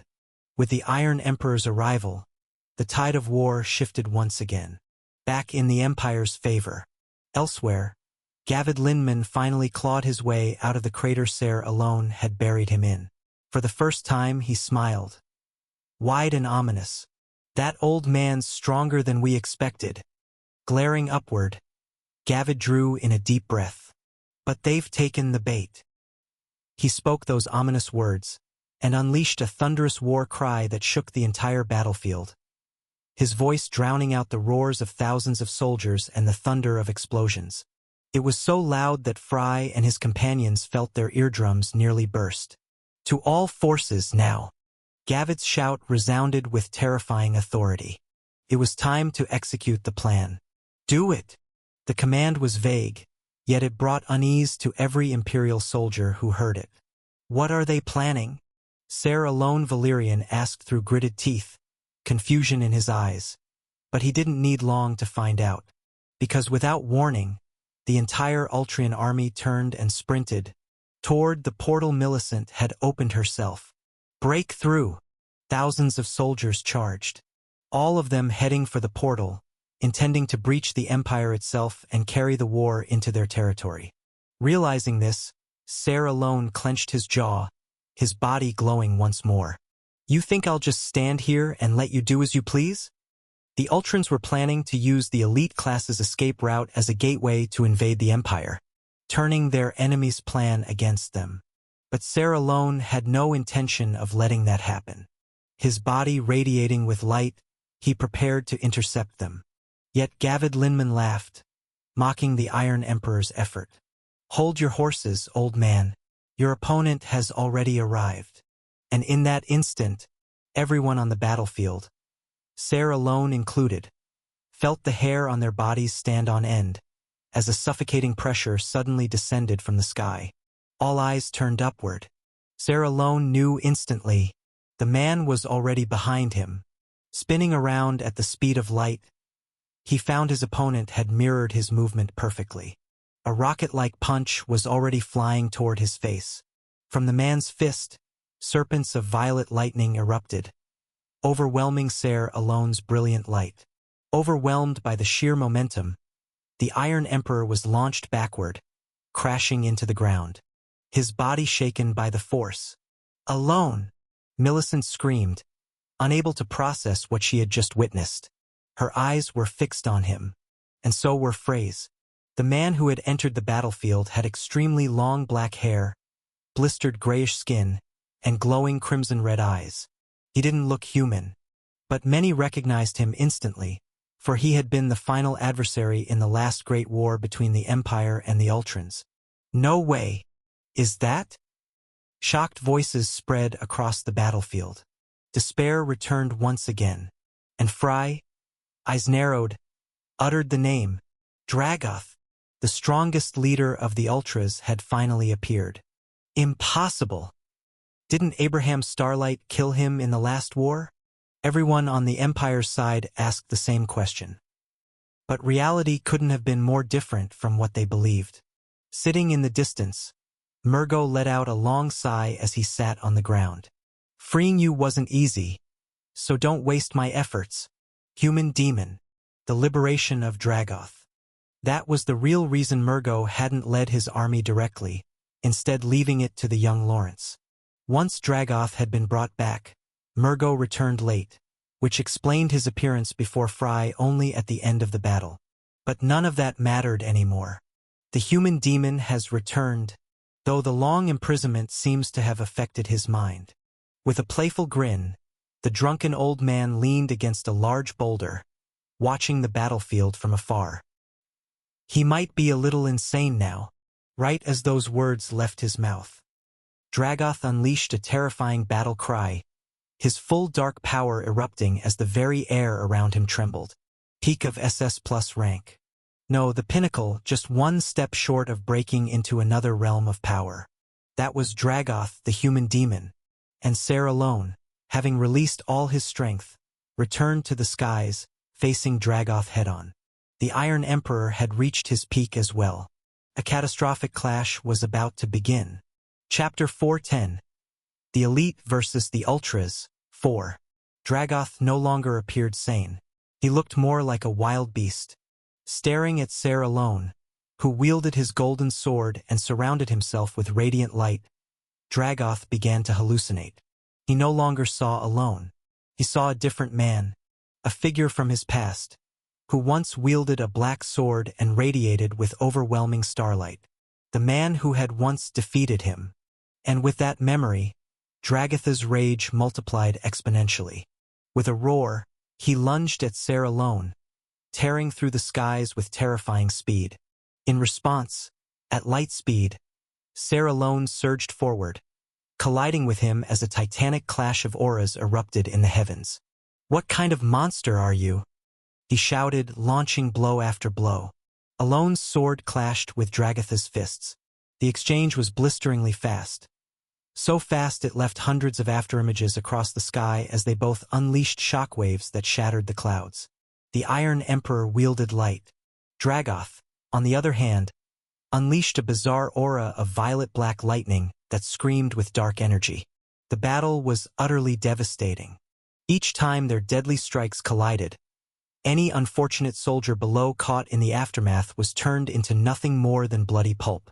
Sarah alone was incredibly fast, almost inhumanly so. But even he realized, this time was not on his side. Not with a monster like Dragoth unleashed. This is bad. Now locked in combat with Dragoth, Sarah alone knew he could no longer intervene against the Ultrons who had breached the portal. They had already begun appearing on the other side. Inside the Empire, far to the north, Oliver Kahn pushed Ada Starlight behind him and stepped forward, his crimson eyes glowing fiercely as he faced the Ultrons appearing from thin air. "Get ready, Carmen Starlight." He spoke coldly, understanding exactly what was happening. Carmen answered with only a nod before dashing alongside him toward the invading soldiers, ready to stop them. The plan had been turned completely on its head. The witch's game was reaching the ending Beatrice had orchestrated from the very beginning. Sarah alone was now locked in battle with Dragoth. Millicent remained stuck in her fight against Beatrice, and the elite class had once again found themselves surrounded. Back to square one. Fierce battles among the high rankers raged in the sky. Desperate, brutal fighting continued on the barren lands of the Ultron continent, where the elite students still fought to survive. And now, a third battle had begun in the north of the Empire, as Ultron troops broke through to the other side. Everything had descended into chaos. Pure, overwhelming chaos. No one had time to think anymore. They were too consumed by the fight. Blood had become the only thing that mattered. No plans, no strategies, only combat, savage and unforgiving. As a new battle began, one that might end the war altogether. "Don't give in to them. Fight until the end," screamed Phoenix wildly as he continued burning everything around him, pushing the eternal flame style to its very limits against two SS-ranked enemies simultaneously. Elsewhere, Fry and Ghost kept pushing through the Ultron ranks. Fry, in particular, tore through dozens at a terrifying pace, desperately trying to reach the other side. Left and right, blood splattered across everything before him. He had killed countless enemies. More! He screamed madly as he continued advancing. More! I need to kill more of them. Fry was trying to surpass his limits, desperately trying to break free from his restraints. He wanted to regain control of the situation, no matter the cost. Ghost supported him from behind. Snow was fighting elsewhere, somewhere nearby. Everyone had been pulled into their own battle, but Fry, consumed by a terrifying thirst for destruction, was unleashing more and more of the darkness within him. Each swing of his sword released a massive black arc, devouring dozens at once. More! Gritting his teeth, his body had become like a war machine, an unstoppable force of annihilation. More! The amount of aura he poured out was growing without end. His pale skin flushed red, his body pushed to the limit, operating at full capacity. His attacks were so overwhelming that even Ghost couldn't help but stare in awe, struggling to comprehend how far Frey's strength had gone. What was truly shocking was that his power kept rising, refusing to stop. "Where is all this power coming from?" Ghost muttered in fear, sensing the terrifying darkness within him. But Fry kept killing. Gavid Lindman, Murgo, Beatrice. He knew there were enemies out there far stronger than him. But he couldn't accept that. He didn't want to remain beneath them. No matter how deep into the darkness he had to fall, he wanted to bring it out. The kind of power that would surpass them all. Stronger than ever before. Fiercer than ever before. That was the kind of strength Fry sought. And with a deafening roar that shook the battlefield, he continued annihilating everything in his path. But just as his power peaked, just as he was on the verge of surpassing his limits, everything around him twisted violently. Without warning, right at the climax of his rampage, Fry collapsed, blood bursting from his eyes, nose, mouth, and ears. The blood wouldn't stop as he dropped to one knee, stunned, unable to comprehend what was happening. Fry! Driving back the remaining enemies, Ghost rushed to his side in shock. Fry trembled uncontrollably, trying to stand once more through sheer force of will, but his body continued to shake, refusing to obey. The blood kept pouring from his face without pause. Finally, Fry had reached his limit. The battle in the puppet city. The clash against 1,000 Ultron soldiers. The fight with Murgo. The renewed conflict against the Ultron army. Even Frey's enhanced body, several times stronger than a normal human, had finally reached its breaking point. How many times had he unleashed ignition? How many wounds had he forced his body to regenerate from? Fry understood. This was his limit. He wasn't simply injured. It was more like a car engine overheating from excessive pressure. Shutting down entirely. That's what had happened. He had pushed beyond his threshold. Move! But Fry refused to accept it. Move! Damn you! He screamed, refusing to fall. But it was no use. And just like that, both Ghost and Fry were pinned down without warning. Meanwhile, the struggle continued elsewhere. Further back, Selena the Witch advanced, facing a large group of enemies entirely alone. And obliterating them, Lara Croft stood awestruck by what she saw. Selena had suddenly revealed a strange combat style Lara had never seen before. Instead of drawing magic circles in the air or on the ground, Selena etched them around her body, covering herself in glowing, tattoo-like patterns. She had turned her own body into a magical conduit, allowing her to cast spells far more powerful than normal. Damn it! Selena cursed as she continued slaughtering the Ultrons. This was the power she had hidden, meant for a future fight against Aegon Valyrian. But now she had no choice. She was forced to defend the rear line by herself, just like all the other main heroines who possessed absurdly overwhelming powers. Selena was no exception. But even with her exceptional abilities, it was only a matter of time before she fell. Elsewhere, more Ultron soldiers continued flooding through the portal, only to stop as a blade coated in black lightning sliced through their necks.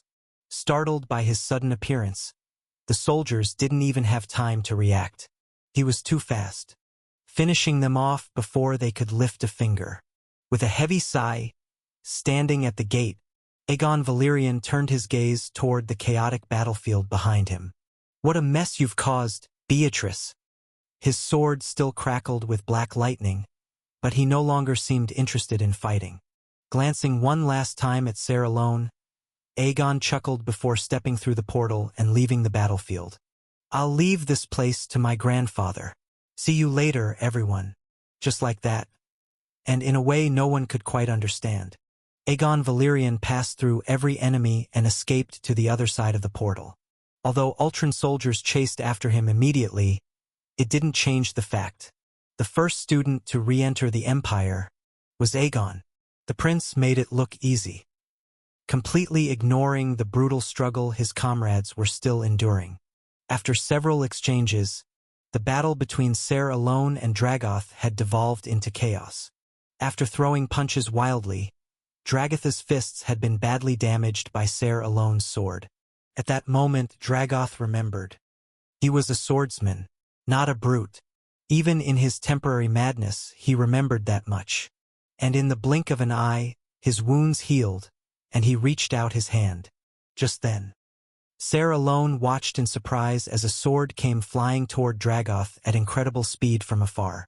Without warning, the human demon had summoned Moonlight Sword back into his hand. And just like that, the legendary weapon returned to its original master. Once he grasped the Moonlight Sword, Dragoth's aura changed completely. He was still insane, but he kept uttering one word, again and again, since the battle began. Abraham, Abraham, Abraham, screaming his name without pause. Dragoth charged at Ser alone in a blind fury, slamming into the Iron Emperor. The old leader of the Ultrons had gone completely mad, haunted by the ghost of a dead man. It was total chaos. Chapter 411. Ser alone versus Dragoth 1. The moment Dragoth held the Moonlight Sword in his hands, he became a completely different being. Even the aura surrounding him had changed. It all happened under the eyes of Sarah Lone, who instantly realized the battle was about to take a new turn. Was he fighting outside his original domain all this time? Until now, Dragoth had fought using only his bare fists. His physical prowess was so overwhelming that Sarah Lone had mistaken him for a brute, a living tank. But now, wielding the immensely powerful Moonlight Sword, Dragoth had become far more dangerous. Then, without warning, both Sarah Lone and Dragoth charged at each other, and their blades clashed with immense force. The pressure from the black lightning aura and the cursed energy of the Moonlight Sword. Together, they overwhelmed Sarah Lone, who maneuvered using his light-infused aura. This is going to be troublesome. Exchanging blows at blinding speed. Their swords collided fiercely, each clash shaking the air as both warriors displayed exceptional levels of swordsmanship, despite Dragoth being completely insane. His body still remembered how to duel, and his raw power was undeniable. His aura output even surpassed Sarah Lone's. Yet the Iron Emperor possessed a speed comparable to light, allowing him to counter from any angle.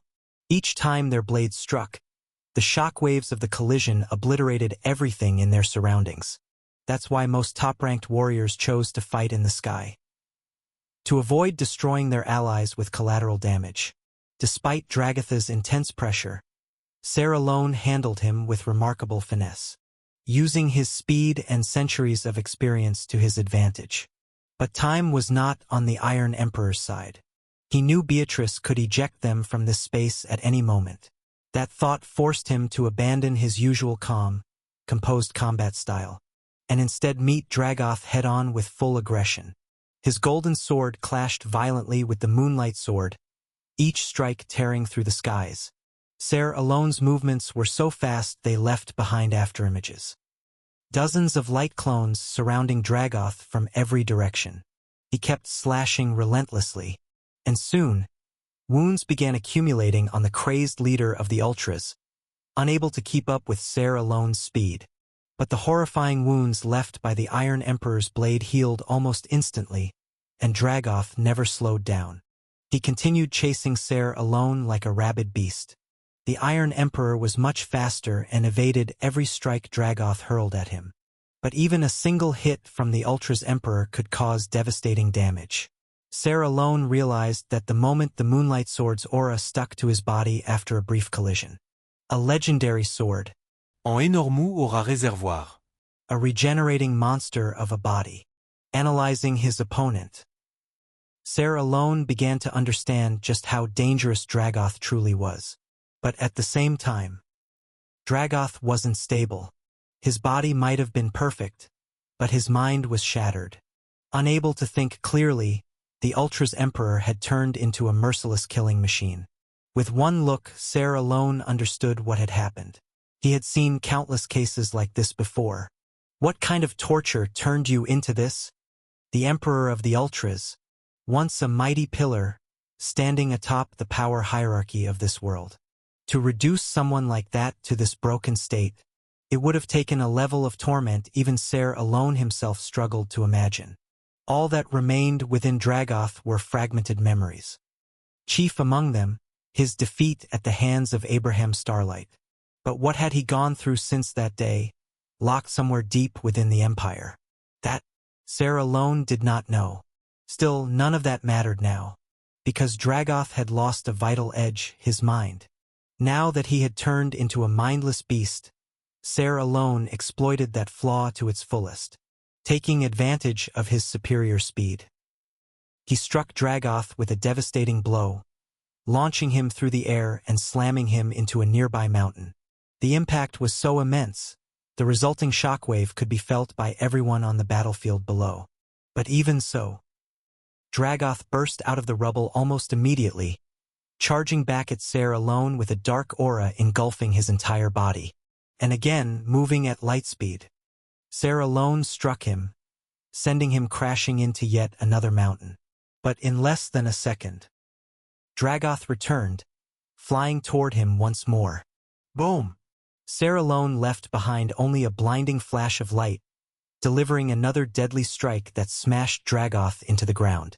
Yet Dragoth kept healing, and launched himself at Ser alone again like a rabid dog. It became a cycle, repeating without end.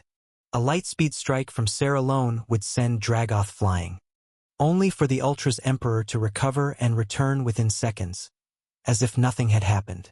Dragoth kept swinging his sword wildly, multiplying his speed in an attempt to catch Ser alone. But the Iron Emperor's speed was on another level entirely. In under a minute, Ser alone had already launched Dragoth hundreds of times, turning the surrounding terrain into a wasteland of rubble and destruction. Yet despite it all, Dragoth kept getting back up. The exchange continued for several minutes. From afar, the other warriors could no longer follow what was happening. All they saw was a dark blur being launched through the air by a blinding white flash. Then the dark figure would charge back in, only to be hurled away once again. It was a surreal spectacle. But that relentless exchange helped the strongest fighters on the battlefield realize something crucial. Dragoth is stronger, but Ser alone is much, much faster. It wasn't hard to imagine what was truly going on up there. But the situation was extremely dangerous. So far, Dragoth hadn't landed a single strike. But the moment his sword touched Ser alone, the damage would be catastrophic for the Iron Emperor. Ser alone knew this all too well. The battle had become a vicious cycle. Ser alone's blows weren't enough to take Dragoth down, while Dragoth couldn't touch him at all. However, the moment one of them broke that balance, everyone watching knew the fight would end instantly. And then, after thousands of strikes exchanged in mere seconds, as Dragoth's speed kept rising and black lightning erupted around him in his desperate attempt to catch up with Ser alone, the Ultra's Emperor finally started to feel it. In that moment, Ser alone appeared right in front of him after launching him once more. Your body may be nearly immortal, but how long do you think it can hold out? Slash. This time, the Iron Emperor didn't stop at one blow. He pressed his assault up close, deliberately. Dragoth had taken an overwhelming number of hits, and while he had recovered from every one of them, complete regeneration was impossible.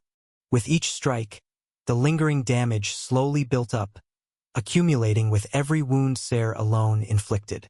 And now, after that colossal exchange, the accumulated damage finally began to weigh Dragoth down. This was what the Iron Emperor had been waiting for. He kept slashing relentlessly, tearing through his opponent's body without pause, driving him into the ground again and again. Then, raising his golden sword high into the sky, Ser alone gathered a terrifying amount of aura. His eyes flared with intense, radiant light. Ultimate sword style, atomic severance. Channeling pure light aura into his sword without restraint, Ser alone Valyrian unleashed his atomic strike without mercy, detonating it against Dragoth. The vertical slash carved a monstrous scar through mountains and earth alike, launching an aura shockwave so immense it tore upward into the heavens. The ultimate sword style was a combat technique derived from the first Emperor Khazes Valyrian. The one sword style, this fighting style focused on a single devastating blow. Just one strike at a time, but with overwhelming force. Hovering in the sky, Ser alone Valyrian watched the battlefield below as the light slowly faded. But all he could do was stare in disbelief as that man emerged, walking through the blazing aura with wrathful steps, his body cloaked in dark aura. Even though Ser alone's attack had left a massive scar across Dragoth's chest, the Ultra's Emperor was still capable of fighting, seemingly unbothered. Then, without warning, he charged again toward Ser alone, moving even faster than before. Even atomic severance wasn't enough to slow him down. Dodging with immense speed, Ser alone continued analyzing his foe. The battle was far from easy. He had to deal with Dragoth while also keeping a wary eye on both Gavaid Linman and Murgo, who waited like vultures, ready to strike the moment his guard dropped. My old bones can't keep this madness up much longer. Chapter 412. Ser alone versus Dragoth 2. Forced to endure a brutal battle while racing against time, the Iron Emperor found himself facing one of the greatest challenges of his long, battle-scarred life. And yet, Ser alone Valyrian did his job flawlessly. Even with Dragatha's ever-increasing speed, he never managed to land a single blow. Each time, Ser alone sent him flying once more. If this were an open battle without time constraints, Ser alone would have simply continued flinging Dragoth away, over and over, letting the damage accumulate until he could finish him off for good. But that plan was no longer viable. Time wasn't on his side. So instead, he closed the distance on purpose. Ser alone deliberately entered Dragatha's danger zone, facing him head-on, raising the risk of taking a hit in exchange for the opportunity to land a finishing blow. I'll have to hit him with something even stronger than atomic severance. Within the Iron Emperor's arsenal, there was only one strike that surpassed the last in raw power, but its effect was tremendous, and so, without warning, the Iron Emperor shot forward at the speed of light, seizing Dragoth by the face as both of them were flung away from the battlefield, vanishing across dozens of miles in less than a second. Realizing Ser alone had closed the distance between them, Dragoth let out a furious roar. His sword blazed with power, shrouded in dark lightning aura, and with unrestrained brutality. He drove his sword into Ser alone's chest. At such close range, the Iron Emperor could no longer dodge. But Ser alone didn't flinch. Instead, he plunged his own blade straight into Dragatha's body. You think this body can't endure a stab or two from you, boy? Just who do you think I am? Having lived longer than anyone else alive. Ser alone had pushed his body to perfection through sheer madness, reaching its ultimate limits long ago, even with the Moonlight Sword wreaking havoc inside him. The Iron Emperor launched his strongest technique, ultimate sword style, Spectrum Burst. With his sword buried in Dragatha's flesh, Ser alone detonated his attack from within. In an instant, a colossal figure of light took shape, towering higher than the mountains themselves. The spectral figure bore the face of Ser alone, enraged, jaw open wide as it devoured Dragoth whole. All of it happened in a fraction of a second. Then, without warning, the spectral light exploded. Both Dragoth and Ser alone were swallowed in its devastating core. The explosion of light annihilated the entire region with terrifying violence, shaking the heavens with the raw force behind Ser alone's blade. From the blinding core, millions of light slashes erupted, ripping through Dragatha's body without mercy, turning him into a shredded mass of black and red meat. The Spectrum Burst is technically a single attack, but it's so fast that, from a distance, it appears as millions of strikes carving the enemy apart non-stop. Pulling back from the blast zone, Ser alone stumbled away, clutching his bloody chest as he gazed at the destruction left by his sword. This was the same technique I once used to kill my own father. Descending calmly to the ground, Ser alone Valyrian began focusing all his power on recovering. The damage from the Moonlight Sword was horrifying. Its corrupted aura rampaged through his insides, tearing him apart continuously. But Ser alone was confident he could endure it. At least for now. It had been a necessary sacrifice to deliver such a devastating blow. Refocusing his attention on the battlefield he had left behind, the Iron Emperor prepared to return and finish what had been started. But before he could launch himself forward, a sudden blast of dark lightning aura surged toward him, forcing him to dodge right at the last instant. With wide eyes and a face unable to mask his disbelief, Ser alone turned. Impossible. From the center of the blast crater, from the ruin of those relentless slashes, that monster emerged once more. Half his body obliterated, the other half nothing but a lump of blood and torn flesh, and yet, still clutching the Moonlight Sword, Dragoth remained standing.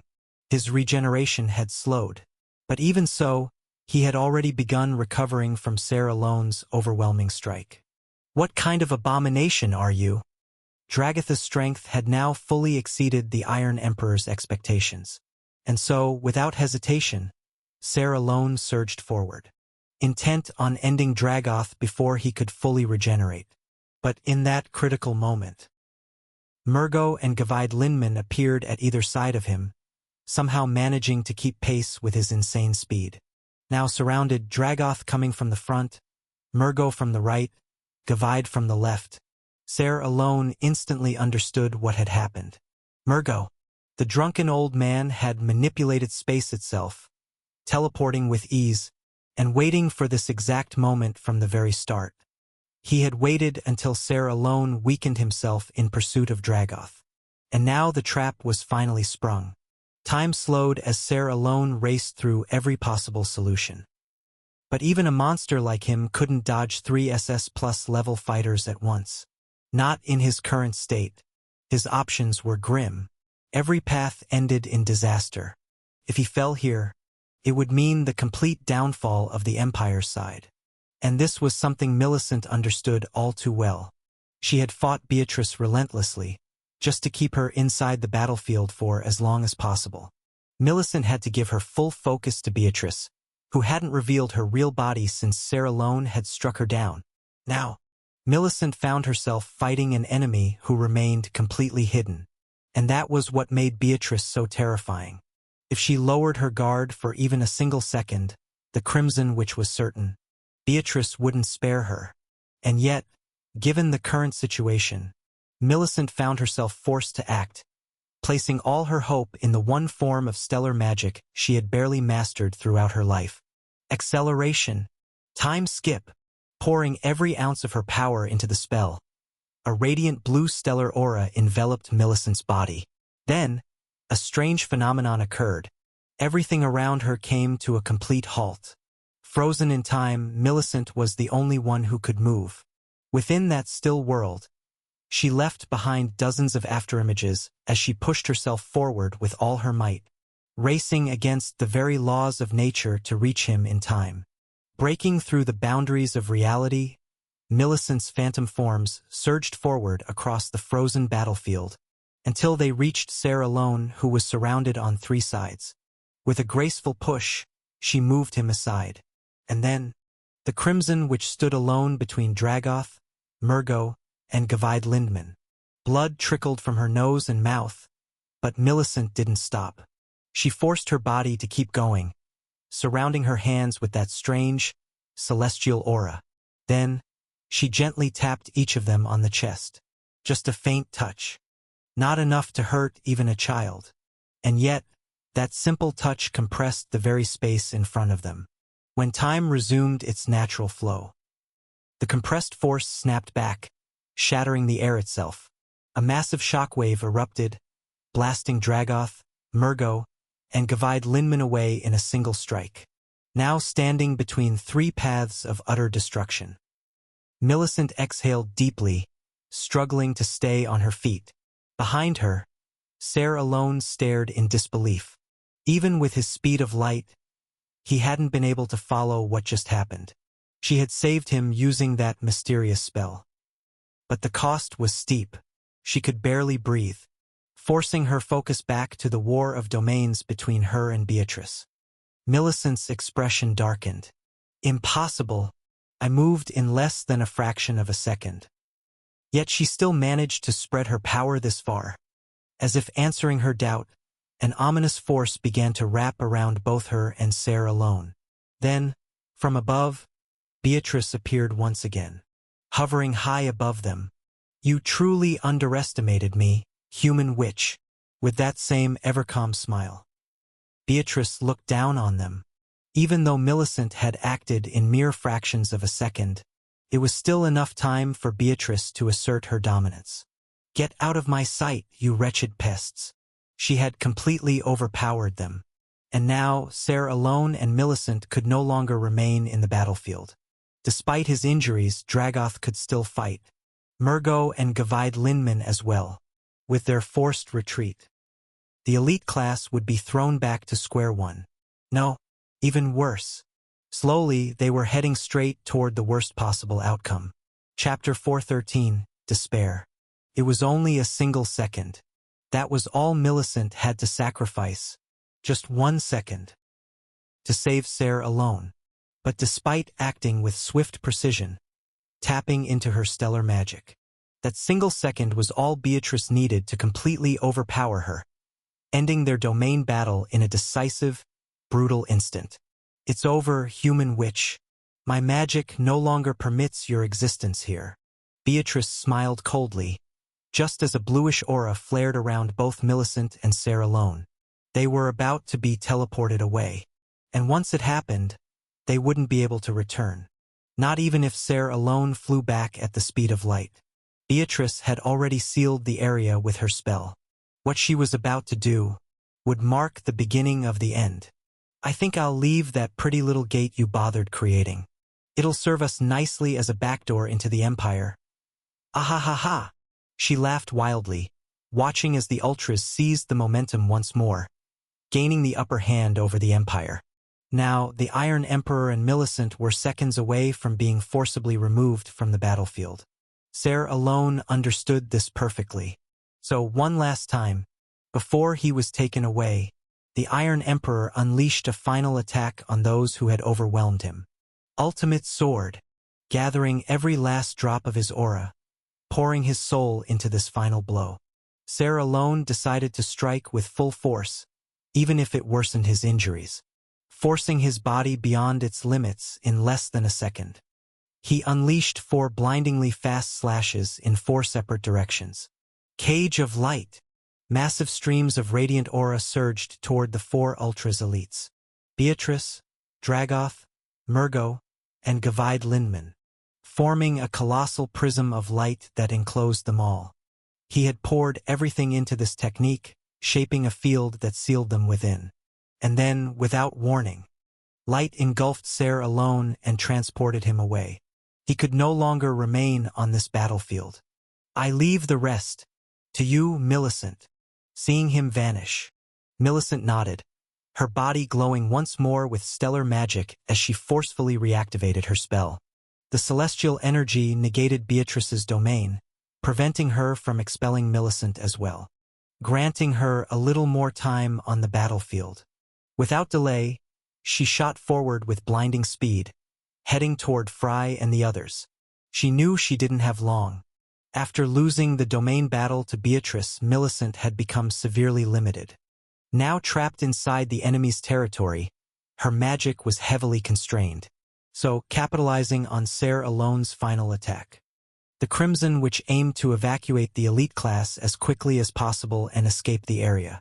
Sarah Alone's Cage of Light wouldn't hold for more than a few minutes, even with all his power poured into it. But those few minutes should be enough. Or so she thought, because even that final move had been foreseen by the demonic witch. Without warning, a devastating beam of black aura crashed down on Millicent mid-flight. Barely managing to evade it, she was stunned to see Beatrice standing freely in the sky above, wearing the same calm smile as always. You broke free of Sarah Alone's prison that fast? Unable to comprehend it, Millicent turned toward the Cage of Light, only to see Beatrice still inside it. And yet here she was, hovering in front of her, unbound. A clone. Aren't you a witch yourself? You should know better than anyone what we do. Dark aura gathered around Beatrice's arms, ready to strike again. Always make your enemy believe exactly what you want them to believe. Beatrice unleashed another barrage of devastating aura beams, relentlessly pursuing Millicent and driving her away from the battlefield. How can you call yourself a witch when all your tricks are so painfully obvious? Beatrice's onslaught continued, while Millicent used her stellar magic to accelerate herself and narrowly dodge each strike. After observing her for a while, Beatrice had seen enough. She's far beneath me in terms of magical ability. That strange stellar magic is the only spell in her arsenal that can remotely keep up with me. Her smile widened further. Victory was assured now, especially as she noticed Millicent faltering, struggling to maintain her stellar acceleration for much longer. You're finished, human witch. Trapped inside Beatrice's domain, the advantage was completely hers. But Millicent wasn't about to give up so easily, focusing her remaining magic. She slammed her foot into the air, her body flaring with a renewed, brighter stellar aura. Time skip. Once more. Time froze. Everything halted. Millicent moved alone in a world of stillness, leaving behind countless afterimages as she surged forward, closing the distance between her and Beatrice in a single breath. Stellar magic may be my strongest weapon, but it is not the only magic I possess. Gathering every ounce of her strength between her hands, Millicent conjured a crimson vortex, glowing with an intense scarlet aura, bringing it right before Beatrice's body, the crimson which unleashed her spell at point-blank range, aiming to end it all in a single blow. Then, without warning, the crimson vortex expanded violently, spinning at insane speeds until it swallowed Beatrice whole, shredding her body into pieces. Don't underestimate this old witch, you damned demon. Using the red hole spell at point-blank range, Millicent managed to obliterate Beatrice completely. Or so she thought, until a rocket-like strike pierced her from behind, punching a bloody hole through her torso. Old witch? I'm far older than you, human. Beatrice's voice echoed behind her, as she emerged from thin air with a smile. You're nothing but a pathetic amateur. Grabbing her by the throat, Beatrice lifted Millicent's body high, charging her power for a final, merciless strike. Millicent couldn't even grasp what had just happened. Beatrice only laughed louder. I told you already, true magic is about making your enemy believe exactly what you want them to believe. From the beginning, even the second body Beatrice revealed had only been another clone. One crafted to perfectly mirror her presence, form, and aura. The moment she witnessed Millicent's time-skip spell, she had already calculated how to counter it. She waited for the exact moment Millicent would rely on time magic again. And when it came, the demonic which sprung her trap, reeling Millicent in like a fool. This is the end. Channeling her full power, terror spread across Millicent's face. She understood now. She had lost, completely overwhelmed by Beatrice. That terrifying demon had manipulated the battle from the very beginning. There was nothing left to do. Resigned to death, Millicent closed her eyes. A faint, stellar glow flickered over her body one last time. I'm sorry. With those final words, she vanished from Beatrice's grasp before the killing blow could land. Beatrice paused, immediately realizing what had happened. Escaped, did you? How pitiful.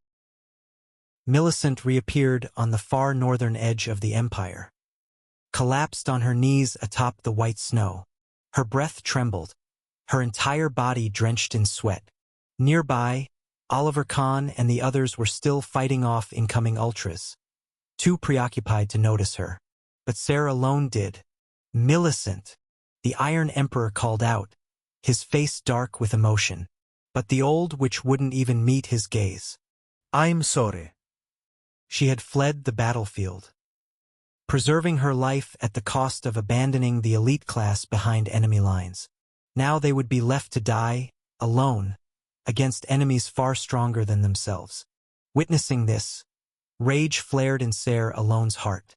He despised those who fled the battlefield, especially comrades who left others to die. Millicent, however, could only offer a broken apology. Again and again. In the end, Beatrice had simply been too much. That demon still stood in the same spot she had before, laughing maniacally, her voice rising with wild delight. Did you really think you could escape so easily? A wicked laugh that made the very space around her tremble. Ser Alone's eyes widened from across the world. That dark glow on Millicent's neck. She hadn't noticed it. Back when Beatrice had grabbed her by the throat, she had planted something. Now, after her escape, that very spot began to glow ominously. Then, without warning, before Ser Alone could do a thing, Millicent's throat erupted in a violent explosion, blood spraying across the pristine snow in a gruesome torrent. Her neck torn apart, her head nearly severed. The light vanished from Millicent's eyes as she collapsed lifelessly, her body crumpling into her own blood. At that moment, Ser Alone finally understood the true terror of their enemy. Beatrice was truly terrifying. Turning her gaze back to the elite class, the witch was ready to end it all. Now that the old order had been utterly crushed. Chapter 414. Another demon. Back on the battlefield. The situation had grown utterly desperate for Fry and his companions. Fry could barely lift his sword anymore, his body stiffening with every motion. Each step, each swing, felt unbearably heavy. After that relentless string of brutal battles, his body could no longer fight at full capacity. Repeated use of the blood form, the ignition, the countless enemies faced. All of it had left deep marks on Fry Starlight's body, stripping away his ability to fight at his peak. He had only survived this far thanks to Ghost's help. But it was merely a matter of time before both of them fell, especially now that their strongest warriors had already been defeated. The loss of Ser alone and Millicent had struck them hard. At this point, Phoenix Sunlight was the only one still holding his ground, wreaking havoc across enemy lines. But even he would fall once enough enemies swarmed him. Snow Lionheart too, despite using the War King form, had been completely surrounded by Baylor Moonlight and the Ultras. Demon Valerian wasn't doing any better, barely surviving each minute.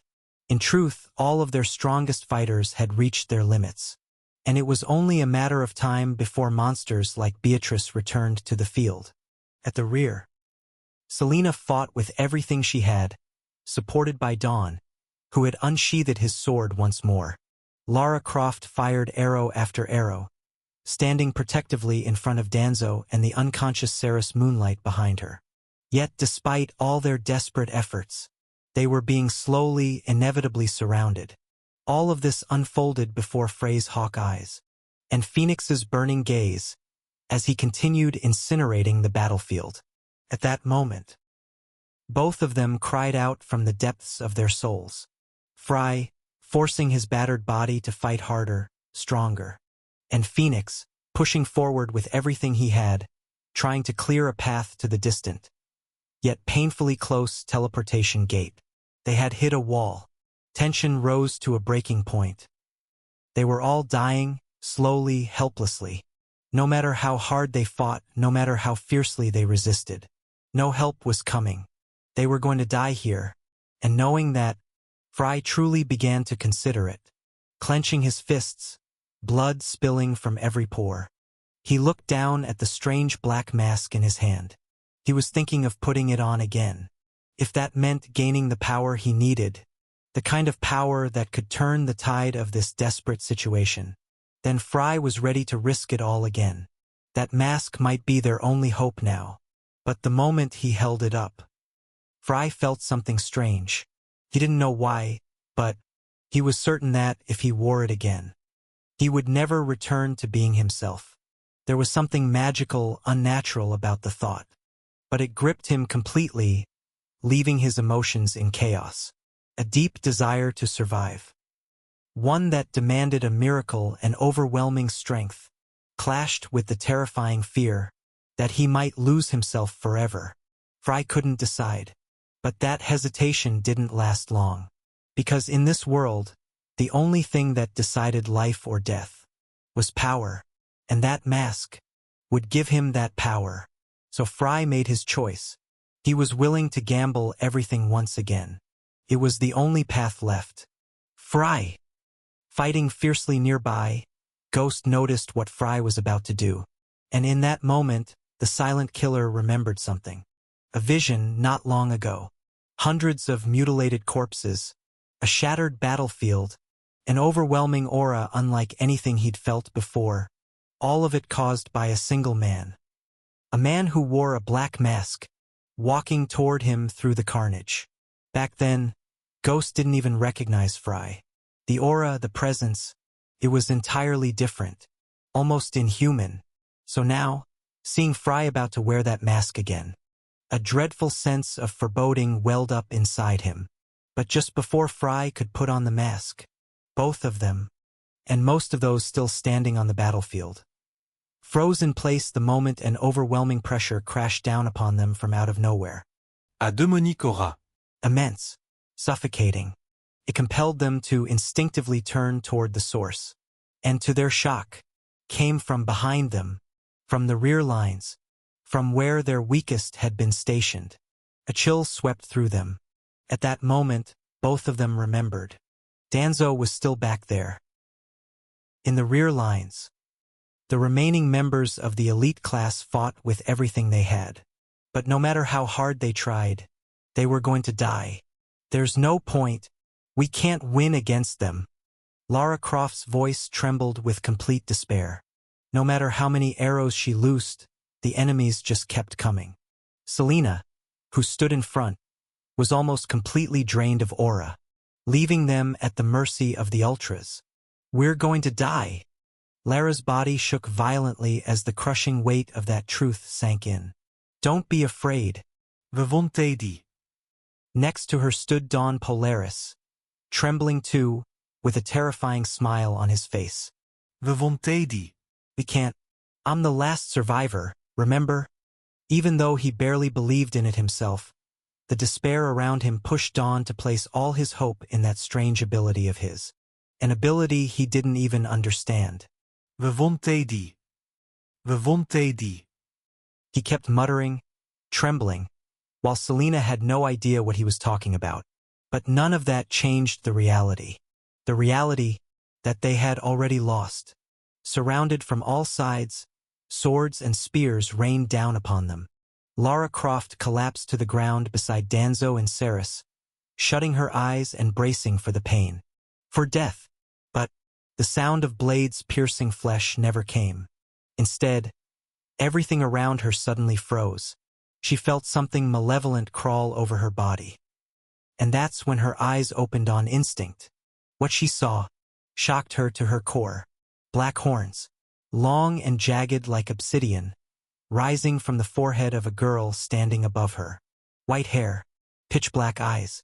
A woman stood there, someone Lara didn't recognize. A demon.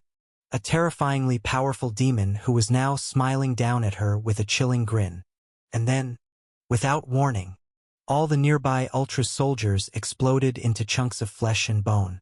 The demon girl laughed madly, her body trembling uncontrollably as the blood of the fallen rained over her like a storm. She walked slowly, her steps calm and deliberate, passing Lara and Dawn without sparing them a glance.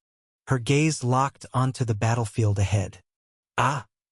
She murmured softly, a wave of ecstasy rising inside her.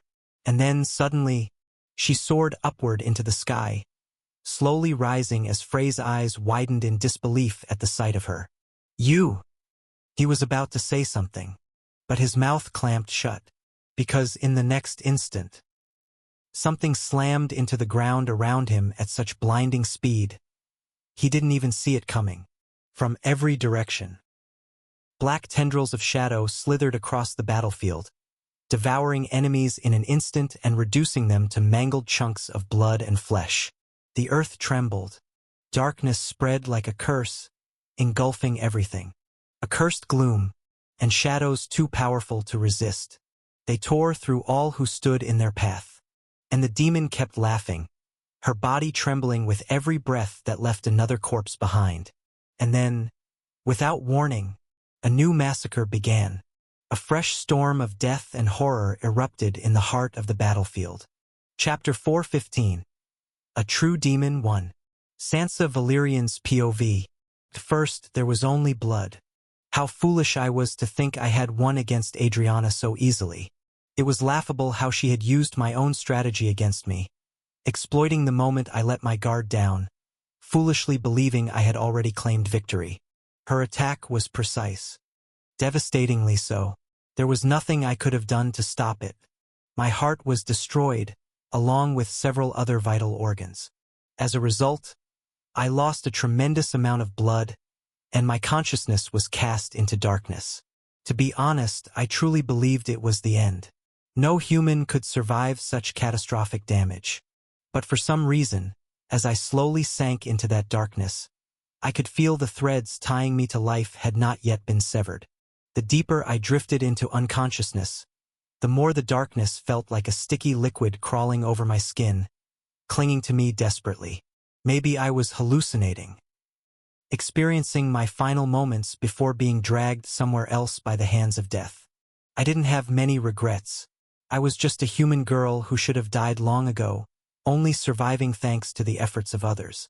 Until now, I thought I had to live to honor their sacrifices, Uncle Oliver and Fry, but I lost. I was defeated by Adriana. It was pathetic, but I gave everything I had in that battle. I replicated Sarah's defensive stance, used the shadows even though they refused to submit fully to my control, and came up with the most flawless strategy my mind could conceive. Yet still, death was the final outcome that awaited me. If only I could wield my power like that demon did, I would have defeated Adriana easily. I saw what those shadows were capable of when I fought Fry and Oliver that day. I witnessed their overwhelming power. But no matter how hard I tried, I couldn't replicate it. And as a result, my life ended here, in the darkness. But as I floated peacefully in this place, a bitter sensation told me I wasn't alone. When I opened my eyes, at first, I couldn't see anything. But soon, I adjusted to the darkness, and I began to see through its depths. Here, in this sea of shadows, despite the sticky aura clinging to my skin, I felt at peace, finally at rest. It was as if I had returned to where I truly belonged. If death was this peaceful and gentle, then maybe I wouldn't mind dying this way. I remained there for what felt like an eternity, losing all sense of time. But as I lingered in that place, the shadows began to coil more tightly around me, as if they were toying with my soul, keeping me trapped. And when the pressure reached its peak, I finally saw him. In truth, he had been floating there all along, but for some reason I hadn't noticed. The place was so dark that I couldn't make out his features, but the long horns adorning his head like a crown were unmistakable, leaving me with only one conclusion. A demon. When our eyes met, I couldn't help but remember the entity that once took over my body. My expression darkened instinctively. Is he going to take control of my body again? As if reading my mind, the demon burst into laughter, his body trembling with amusement. No, I won't take over your body. His voice was terrifying, rough and deep, exactly as I imagined a demon's voice would be. But more importantly, he had read my thoughts. What's going to happen to me now? I had no choice but to ask. I couldn't do anything else in this place. I was completely at his mercy. But the demon simply shook his head. I could answer that, but there's something important you need to understand first. He paused for a moment of silence. Then, his violet eyes glowed as he smiled. In this dark place, there is only one demon, and that demon is you, Sansa Valerian. Hearing that, all I could do was stare at him, unable to process what he had just said. Don't look at me like that. I'm not a real demon. I'm just a fragment of your mind. Kiki. You really are insane, Sansa Valerian. What the hell are you talking about? Frowning, I instinctively backed away from the wretched creature. You're the same entity that once tried to take over my body, and now you're claiming you're just a figment of my imagination? Who exactly do you think you're fooling? There was no way I could believe anything this thing said. And once again, as if reading my thoughts, the demon sighed in irritation. There is no such thing, Sansa. The will inside the demon seed was destroyed long ago by Fry Starlight.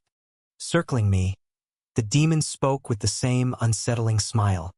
But even though he killed the will trapped inside the seed, he failed to destroy the seed itself.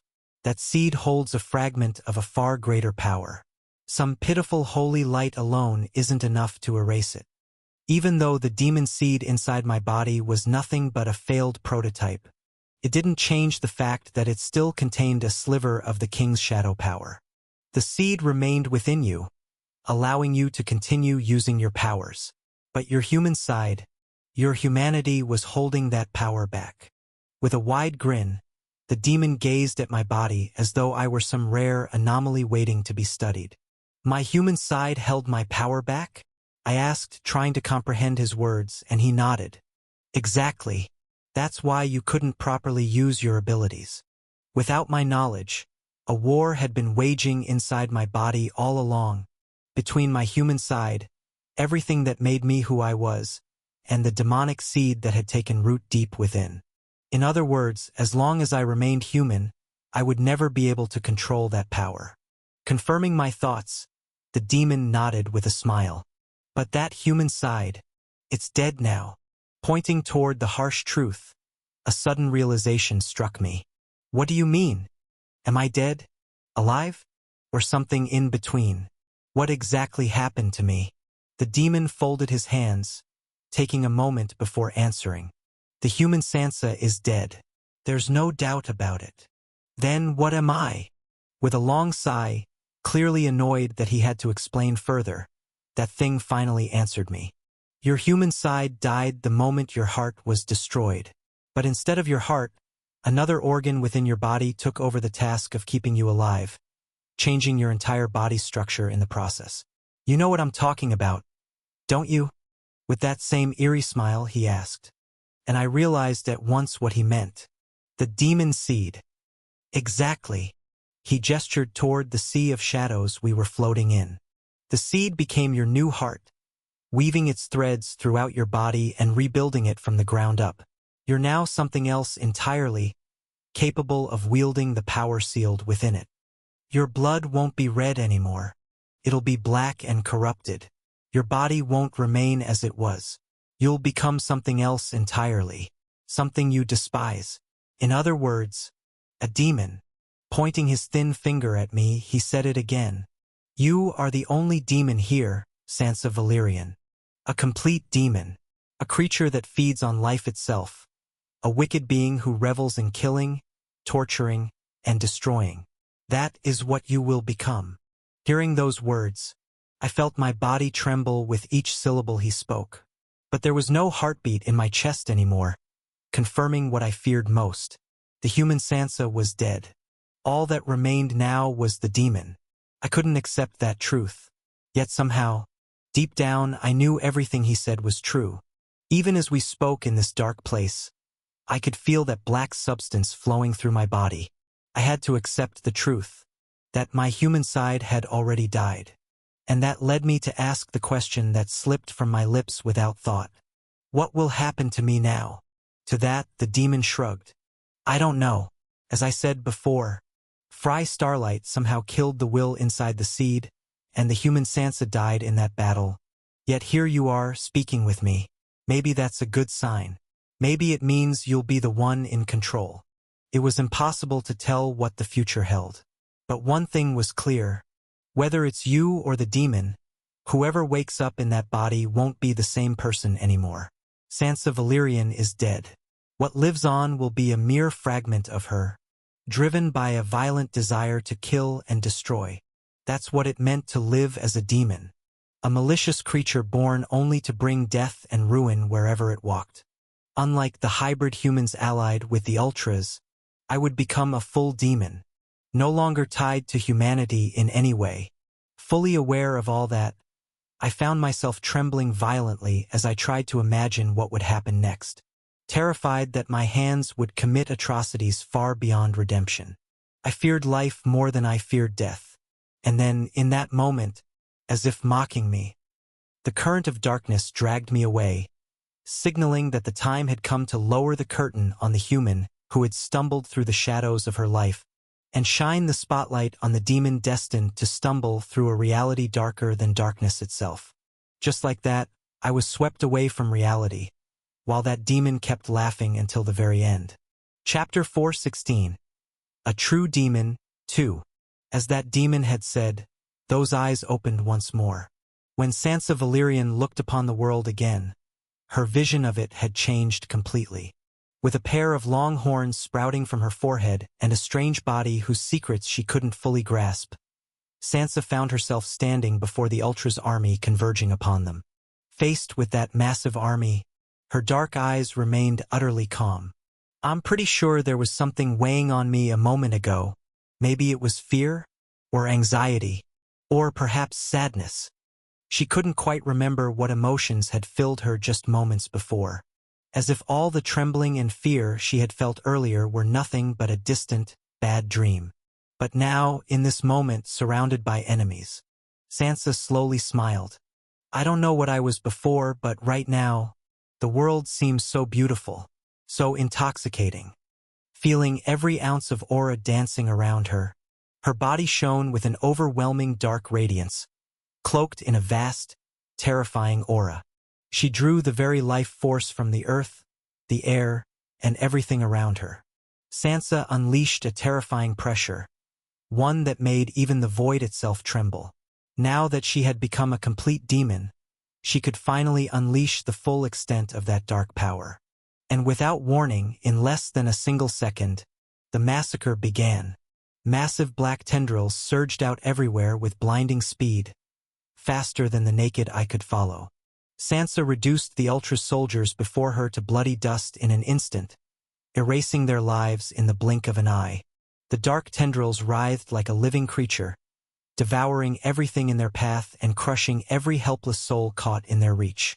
With every dead man, with every life that left this world, as more blood was spilled, Sansa's body trembled involuntarily, and an unprecedented thrill surged through her chest. Her smile widened, spreading wider and wider. She laughed maniacally, manipulating those shadows as if playing a symphony of death, guiding them to kill more and more. Ah-ha-ha-ha! Ah-ha-ha-ha-ha! Her insane laughter shook the battlefield. A mad girl reveling in slaughter, her body shuddering with every breath of life extinguished. She continued absorbing the aura around her without pause, while the demon seed at her core pulsed, now acting as her heart, allowing her to wield shadows far stronger than before. Her power was so immense that the shadows covered the entire battlefield. Sansa no longer cared about anything. The only thought she remembered was that the Ultras were enemies who must die.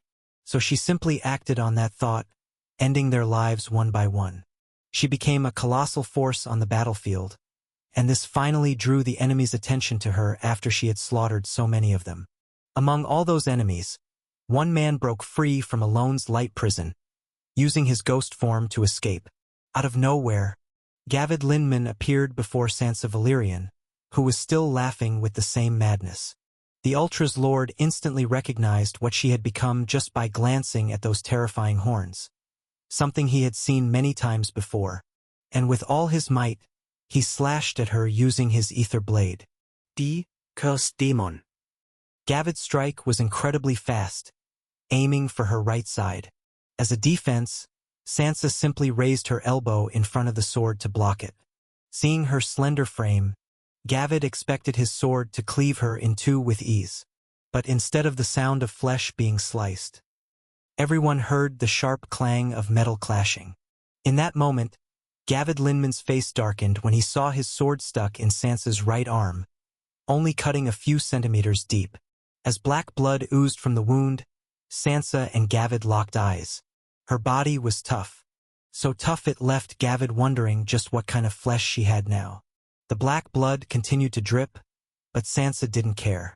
With the same deranged smile, she extended her hand, trying to pierce Gavid's chest.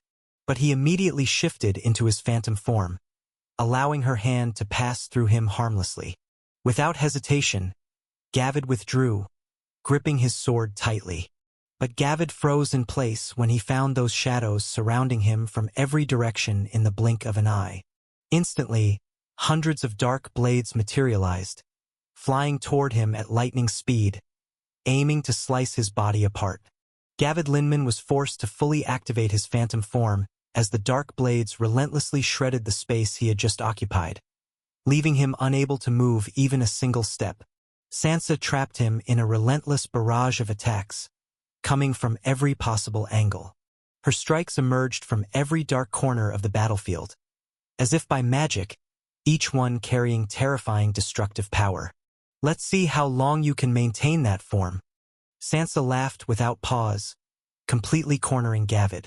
He found himself utterly trapped, unable to take a single step. The moment he deactivated his ability, those blades would tear him apart instantly. And just as he wrestled with this dilemma, a third figure appeared in the sky above them. So you survived, Sansa. I suppose even failed experiments like you can reach this level. Returning to the battlefield herself, Beatrice raised her staff, manipulating her magic once more. Light up this world for me. With a single motion, she formed a massive sun above the battlefield, a blindingly bright sun that cast its light across the field, dispelling the shadows of the night. Your darkness is nothing but weak shadows, a cheap imitation of the real thing. Sansa's power came from darkness. By dispelling her shadows, she wouldn't be able to unleash those attacks again. Beatrice counted on erasing her darkness, just like before. But this time was completely different. Without warning, a massive shadow wrapped itself around Beatrice's artificial sun, devouring it entirely before the stunned witch's eyes. There you are, bitch Adriana. Sansa continued laughing madly as enormous dark wings burst from her back, and she immediately shot toward Beatrice. I've been looking for you, Adriana. Sansa's speed was terrifying, so fast that even Beatrice, the witch, could barely catch a glimpse of her. Then, without warning, Sansa's hand pierced through Beatrice's chest with brutal force, creating a massive hole in the witch's body. I've got a little debt to repay, dear Adriana. Sansa laughed wildly as Beatrice's body vanished completely. You cursed girl, Sansa Valyrian. Who would have thought you'd transform into such a demonic form? Beatrice reappeared far away, disgust twisting her face as she looked at Sansa. But in that instant, a hand burst through Beatrice's back and emerged from her chest. Shocked, Beatrice turned to find Sansa behind her again. Sansa grabbed her tightly and laughed beside her ear. What's with that disgusted face? You and I have the same blood running through our veins. We're both damn demons, aren't we? Ahahaha. Using her shadows, Sansa tore through Beatrice's body once more, her form vanishing yet again and reappearing somewhere else entirely. But the moment she did so, Sansa teleported instantly to her new location and killed her again. Right away. Sansa emerged from nowhere every single time, driving Beatrice into a rage she couldn't contain. And after the sequence repeated several times, Beatrice finally realized a terrifying truth. When she looked down at the battlefield from above, she saw it at last. That massive shadow covering everything, turning the entire place into Sansa's personal killing ground. Sansa fought Beatrice, attacked Gavid, and slaughtered the Ultras all at once, making herself a monstrous force that once again tipped the balance toward an uncertain side. Beatrice stood there, stunned by the overwhelming power her opponent displayed. Those shadows, they were strikingly similar to hers. They're much weaker, but they're the same, identical to Vayne's shadows. This was the true power of the Shadow King. Under the watchful eyes of Fry and the rest of the elite class, everyone witnessed the terrifying might of this newly born demoness, realizing just how powerful she truly was. At that moment, without question, Sansa was the strongest among the elite class, turning herself into a living catastrophe that had descended upon the Ultras. Chapter 417. The Last Stand 1. Western Front of the Ultras continent. The final battle had reached its peak, taking an unexpected turn when Sansa awakened once more, but this time as a demon carrying immense power. Now, Sansa was able to contend with the warriors who stood at the very peak of Earth's hierarchy. Wielding her overwhelming shadow abilities, Sansa relentlessly pursued Beatrice, killing her again and again with savage brutality. Although Beatrice continued to mysteriously vanish every time, Sansa's new aggressive fighting style was truly terrifying. Spreading her shadow across the battlefield, she could now appear anywhere she pleased, using a strange form of shadow teleportation.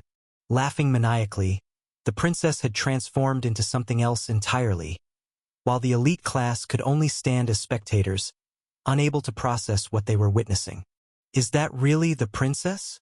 Staring at those ominous horns and the pair of dark wings sprouting from her back, Sansa looked completely different in Ghost Umbra's eyes.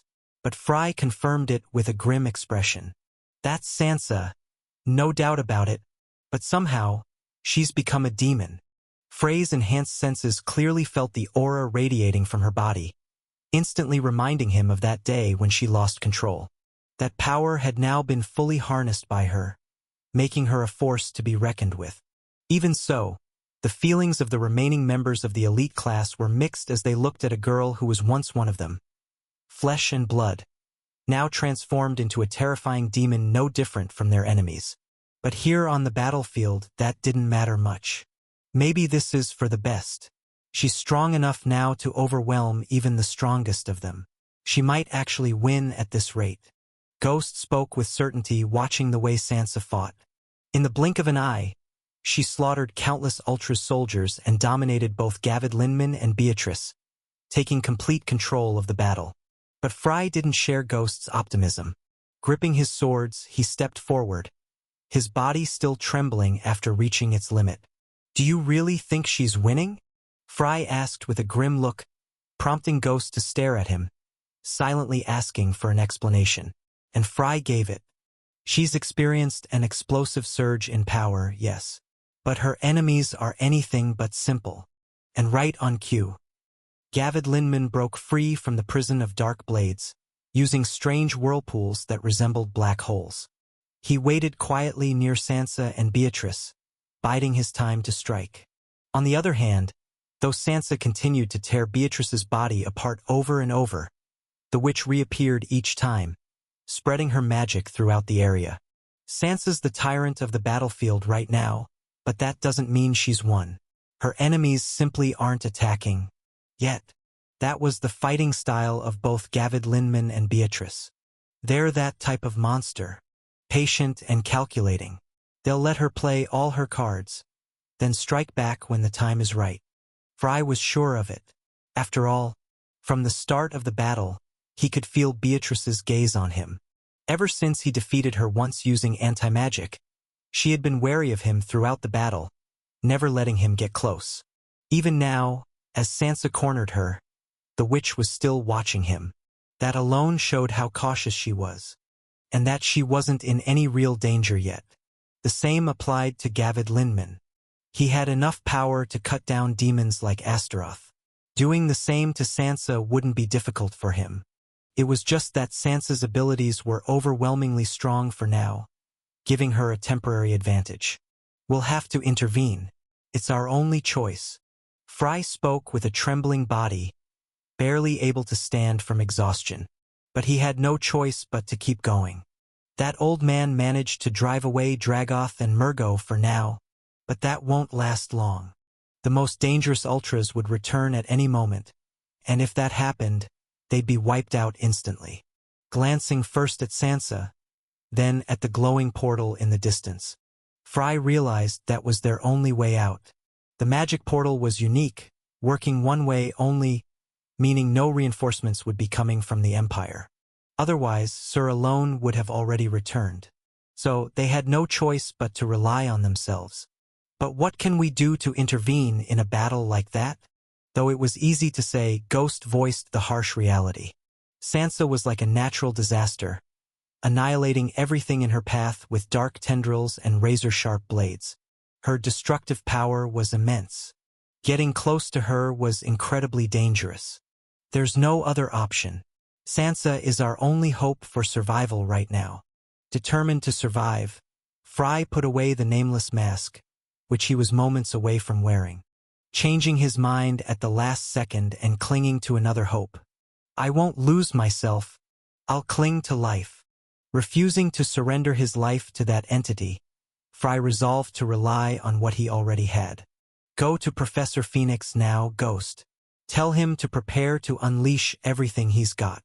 Pointing to his friend, Fry laid out his final and only plan under this crushing pressure, surrounded by enemies. Even though Sansa had slaughtered an overwhelming number of them, they were still surrounded from all sides. It was only a matter of time before the members of the elite class fell one by one. They had to act quickly. "What about you?" Ghost asked, staring at Fry. The latter could barely stand straight, let alone survive alone amid the enemy hordes still pressing in. But Fry insisted that he go. "I'll manage somehow, so don't worry about me. It doesn't suit you anyway." Placing a hand on Ghost's shoulder, Fry stepped forward, heading toward the battlefield where Sansa clashed with her enemies. "I'll draw her attention. That power of hers. It's our only chance if we want to survive." Only a few minutes remained before this bitter conflict reached its end. Ghost didn't argue much. He knew he had no other choice. So, without another word, he sank into his shadow, heading straight toward Phoenix sunlight. But even as he left, he couldn't tear his eyes away from Fry, wondering how he planned to attract the attention of the demonic Sansa. Cutting down soldiers with his swords, Fry advanced one slow step at a time. His strikes were far slower than at his peak, but he could still cleave through the enemies surrounding him. And when he advanced a little farther, standing there, Fry was able to observe the battle in the sky more clearly. Beatrice had begun unleashing powerful spells on Sansa, bombarding her with a terrifying barrage of large-scale destructive attacks. Though the black tendrils wrapped around Sansa shielded her from the assault, the princess was clearly being pushed back, just as Fry had predicted, especially when Gavid Linman ambushed her with sharp, devastating strikes from his blade, now wrapped in some strange dark energy born from the whirlpools he had summoned earlier. Despite the siege closing in on her, the smile never faded from Sansa's face as she continued drawing out the potential of her new body. Now a demon, she was losing herself to her monstrous instincts, driven by an overwhelming desire for slaughter and bloodshed. Absorbing aura from the air in terrifying amounts, the princess sought to unleash stronger and stronger attacks, enough to annihilate her enemies with brutal force. Unbothered by the wounds piling up across her body, her black blood dripping onto the earth, the princess was slowly transforming into a complete demon, no longer resembling a human at all, just like Beatrice and the other beings of the highest ranks. And in that moment, as the battle raged on, Fry raised his swords high, forcing his exhausted body to release the maximum amount of dark aura within him, targeting both Gavid Linman and Beatrice, who continued their assault on Sansa. He breathed heavily, struggling to hold himself together, before blasting the ground beneath him.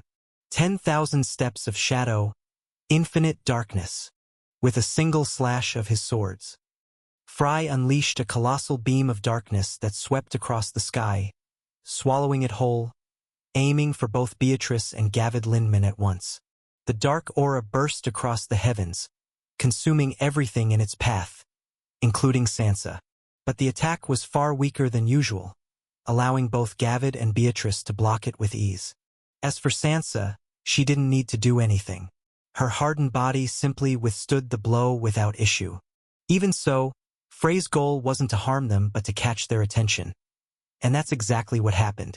Still gasping for breath, he shouted with all his strength, calling out to Sansa, who hovered far above in the sky. The princess noticed him at that moment, and in mere seconds, their eyes met. Chapter 418. The Last Stand 2. Sansa Valerian's new demonic instincts shouldn't have cared about someone like Fry, who seemed like an insect compared to her when she stood there above. But despite that, Fry had been staring up at her just a second ago. But in the very next moment, Sansa vanished from the sky, leaving the battle behind her. She emerged from the shadows below, suddenly standing right in front of him. Face to face with the demonic princess, the first thing that caught his attention was the pair of long horns that now made her the same height as him. But her appearance was the least of his concerns right now. The princess, too, gazed at him in silence. Unlike her, however, Fry was still the same person. The same familiar face she had always known. And that alone made her suppress her monstrous instincts, regaining a sense of reality and remembering their situation. Sansa, grabbing her slender yet incredibly sturdy shoulders. Fry wasted no time getting to the point. "I need your power." Hearing that, a smile unconsciously returned to Sansa's face. "Wow, is that all you have to say to me right now?" With a faint chuckle, she pointed to the dark horns sprouting from the top of her head. "Look, I'm a demon now. Maybe you should be a little more cautious about getting this close to me." Hearing that, a hint of a frown crossed Frey's face, but he said nothing. Despite everything, Sansa could clearly read the emotions written across his face. Her senses and awareness of reality had grown incredibly sharp, especially now that she had become a demon. She had already noticed the reactions of the elite class members to her new form. Even though she was one of them, their gazes revealed a complex mix of emotions: fear, disgust, even hatred, all of it directed at her new demonic nature. It was expected. The Sansa they knew, the human Sansa, had been their comrade. But this demonic Sansa, the princess knew full well that if she returned to the Empire, no human would welcome her after what she had become. She had already been met with discrimination by those who learned of her powers when she merely possessed demonic abilities. It wasn't hard to imagine their reactions now that she had fully turned into a demon. Without even realizing it, Sansa no longer saw the Empire as her home. This was why her instincts had driven her to fight with such unrestrained brutality. Somewhere deep inside, perhaps she simply wanted to fight and die here, to bury the filthy form she had become. But despite all of that, Fry was different. Even after she had turned into a creature all humans despised without exception, he still looked at her the same way he always had. That was the only reason she had left the battle above and descended to him now, of all people. Fry was crazy, a little strange compared to other humans. This was expected of him. In the end, without grand speeches or dramatic declarations, Fry had drawn the princess to him with nothing but the expression on his face. Sansa made her decision. "I'll help you, but I'm warning you, they won't leave us alone." Turning with that same smile, Sansa stood in front, facing Beatrice and Gavid, who were closing in to attack. But Fry wasn't too concerned about them. "It's fine. We'll handle it." Fry urged the princess to stay close to him. As a result, only Gavid Linman charged in for close combat, while Beatrice continued bombarding them from a distance, refusing to take another step forward. Anti-magic field activated. The moment he activated it, the area around Fry became an anti-magic zone, forcing Beatrice to keep her distance. "If you stay close to me, that which won't come near. That leaves Linman as your only concern," Fry shouted, trying to keep up with Sansa as she rushed forward to clash with Gavid. But there was little need for him to worry. Sansa wrapped a dark hand of shadows around Fry, holding him protectively as she continued fighting. That's pretty amazing. Now that she faced Gavid one-on-one, she was no longer surrounded. She could fight much more freely. Tendrils of shadow erupted from all directions, trying to tear the Lord of the Ultras apart. "You think you can take me down with attacks like these?" Forming more and more black holes around him, Gavid's whirlpools swallowed Sansa's strikes effortlessly as he cut through the shadows with his sword, its blade glowing with dark light. In response, Sansa gathered a terrifying amount of shadow aura into her hand and blocked his sword with her bare fist. The collision triggered a violent explosion of destructive energy that shook the battlefield. Trading blows at incredible speed, the two engaged in close combat, each trying to break the other's defenses. Gavid Linman was incredibly strong, dodging most of Sansa's attacks. But breaking through her defenses was nearly impossible, especially with those shadows moving around her like a sentient being with a will of its own. Trapped in close-range combat, all Gavid could do was curse in frustration. "What the hell is that damn bitch doing?" And by that bitch, he meant Beatrice, who had pulled back without warning, content to continue attacking from a distance, her spells deflected by Sansa's shadow blades. Glancing at Beatrice, Fry realized his plan was working, at least for now. Beatrice doesn't know the actual range of the anti-magic field. She won't risk getting close, unaware that the anti-magic field only extended 5 meters at most. Fry was certain that the ever-cautious Beatrice wouldn't dare approach. But that wouldn't last long. It was only a matter of seconds before she figured it out. "Hurry, Sansa." "I know," she snapped, clearly annoyed, forced to deal with both Gavid and Beatrice at the same time.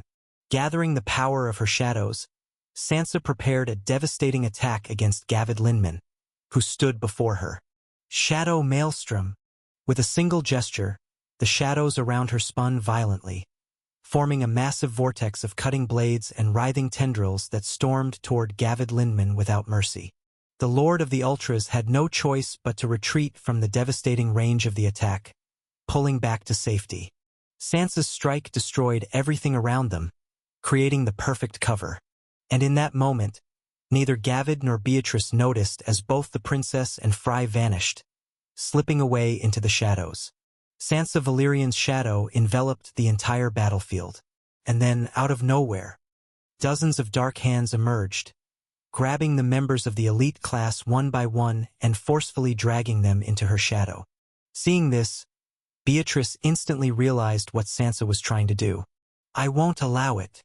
Hovering high above them, Beatrice wasn't foolish enough to risk getting close to that shadow, afraid that Fry might ambush her at any moment. So she chose the simpler path.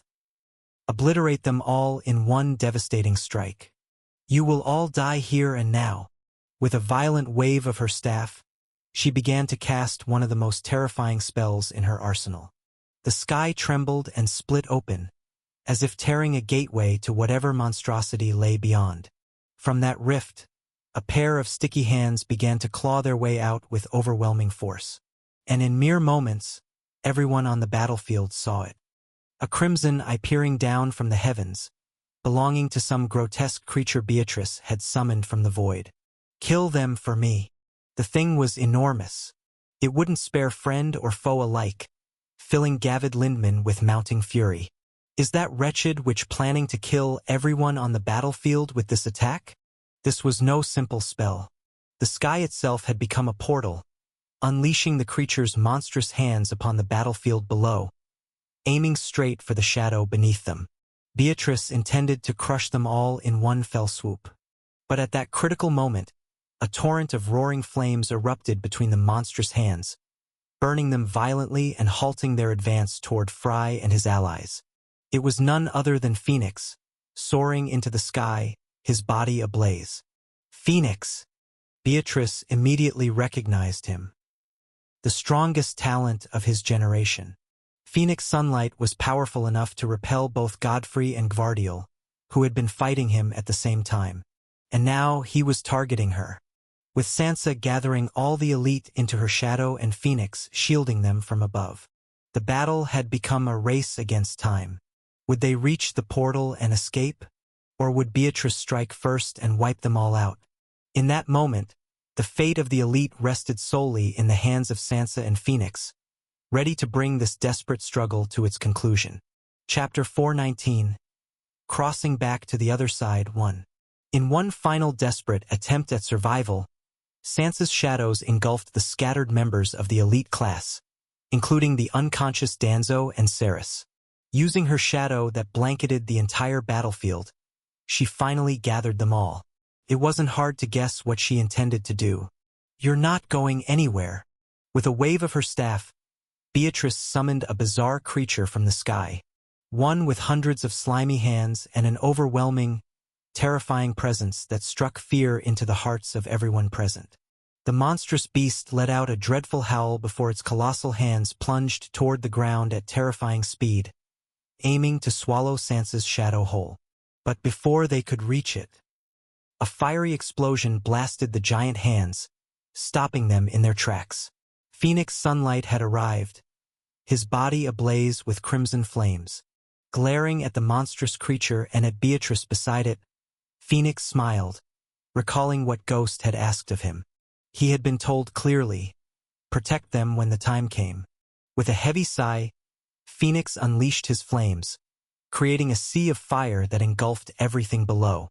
"For them to ask me to do this, you know I'll have to sacrifice myself to pull it off, Fry." Phoenix clashed violently with the creature's massive hands, burning them one after another as he formed a blazing dome that shielded Sansa's shadow beneath him. Eternal Flame, Ember Form.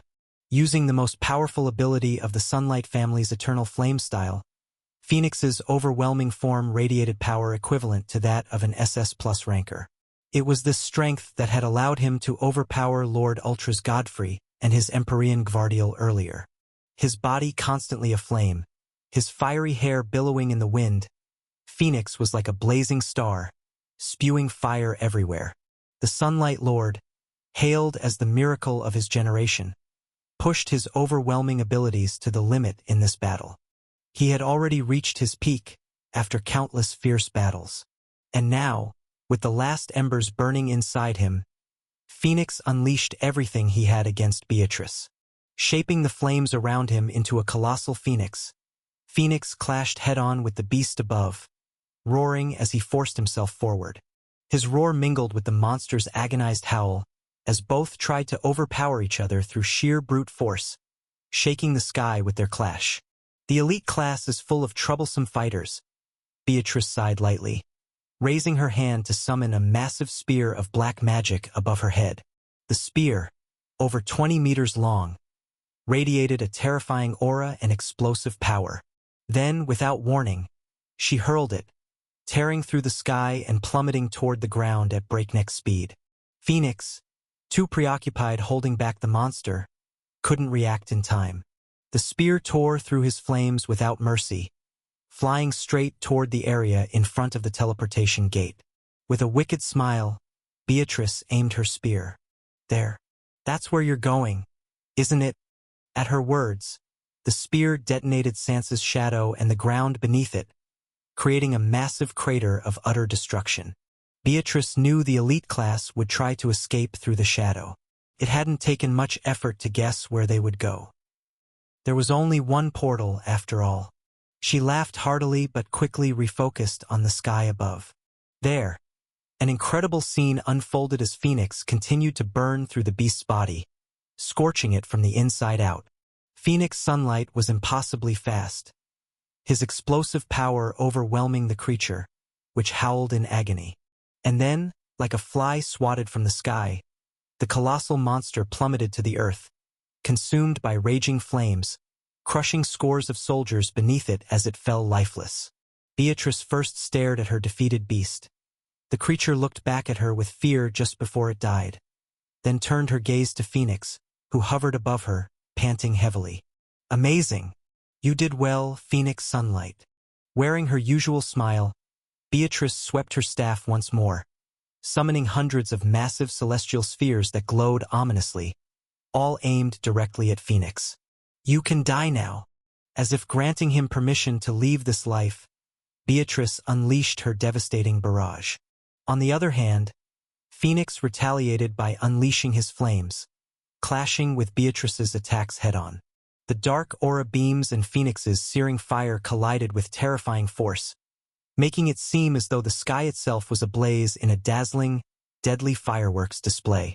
From the beginning, and until his aura was completely spent, Phoenix continued to release his flames, pushing his exhausted body beyond its limits, screaming at himself to keep going before it was too late. But Phoenix endured, forming a fiery curtain to protect Fry and the others. I don't know why you're fighting this hard. Are you protecting your students? Beatrice, pouring all her strength into her magic, summoned more and more celestial spheres to encircle Phoenix. Unfortunately for you, I won't let them reach the portal. With a mere gesture, she unleashed another barrage of destructive aura. You can protect them all you want, but you'll fall sooner or later, and when you do, it'll be the end. Beatrice knew Phoenix couldn't hold out much longer, and at that moment, the witch realized that Sir Alone's prison, which had trapped Dragoth and Murgo, was about to shatter at any moment, setting them loose and worsening the elite class's predicament. Her train of thought was abruptly interrupted when Phoenix let out another battle cry that shook the battlefield. Gathering the last remnants of his strength, flames erupted from Phoenix in terrifying amounts, unleashing a massive explosion that devoured all the celestial spheres, destroying them and forcing Beatrice to retreat from his range. Incredible! You're still able to unleash attacks like that. Beatrice chuckled lightly as she brushed the clinging flames off her body, trying to stop them from burning her. But as she took a closer look at Phoenix, who had turned the battlefield into a blazing inferno, she realized the bitter truth. You've finally reached your limit, haven't you? It was clear that Phoenix's explosion had been his final strike after reaching his peak.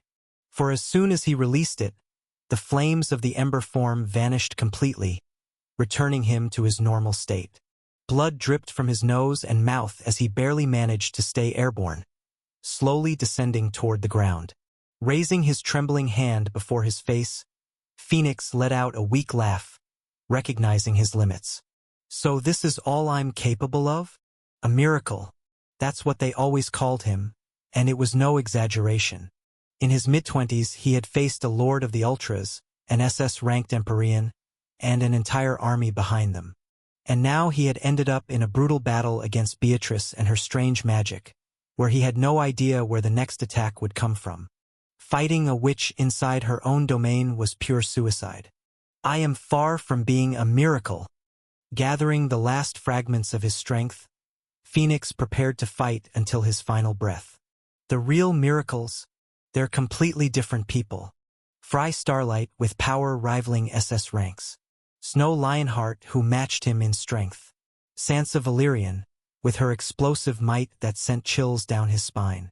Phoenix finally understood his role in this life. He never imagined his end would come as a sacrifice for others. But if it meant ensuring the survival of those destined to become monstrous forces one day, then the Lord of Sunlight was ready to give his life without hesitation. There's no greater honor than that. Smiling, Phoenix charged forward in a blaze of fire, aiming straight for Beatrice. As a true warrior who had spent his life honing his body for battle, dying on the battlefield wasn't a disgrace to him. Even the great Abraham Starlight, whom he deeply admired, had met his end on the battlefield. With those thoughts in mind, Phoenix pressed on, creating a final shield for Fry and the others. Beatrice couldn't understand his stubborn resolve. He could have escaped at any time and left them to their fate. But she didn't bother to try and understand. Instead, she raised her staff, ready to strike him down and end his life. And just at that moment, before the final clash could happen, both Beatrice's and Phoenix's eyes widened, though for very different reasons. For Phoenix, it was because someone grabbed him from behind, pulling him into an embrace and stopping him from going any farther. Sorry, but you won't be dying today. Seeing those horns, Phoenix immediately recognized Sansa, who had appeared from the shadows, dragging him back. At the same time, Beatrice's shock came from something else entirely. The moment when her magic completely stopped working. It was the second time this had happened to her, and it wasn't hard to figure out what was going on. Lifting her gaze toward the sky, the witch finally noticed Fry Starlight, who had appeared nearby, activating his anti-magic ability. You made a grave mistake, you damned bitch. Sansa grinned wickedly as Fry forced his exhausted body forward, swinging his swords ruthlessly, cutting into Beatrice's body without mercy. From the start, we weren't running away. We were here to kill you. At that moment, Beatrice finally understood what had happened. When Sansa's shadow swallowed the elite class, she assumed they would immediately escape through the portal. That's why she destroyed the shadow near the gate, thinking they would be there. But the reality was far different. Using the cover Phoenix had created for them, Sansa and Fry had hidden nearby, waiting for the perfect moment to strike. And that moment came when Balerion and Dark Sister tore through Beatrice's flesh, causing her black blood to pour out in torrents. Chapter 420. Crossing back to the other side, too. Damn you all! With an enraged scream, her face contorted with fury unseen before, Beatrice struck Fry, spreading her wings and violently flapping them, trying to escape. A large X-shaped wound marked her chest from the strike. Fry hadn't been able to unleash his full strength, making it impossible to kill her in one blow. But he didn't stop, using the foothold Sansa created for him with her shadow. He charged after Beatrice again, who was now stripped of her magic.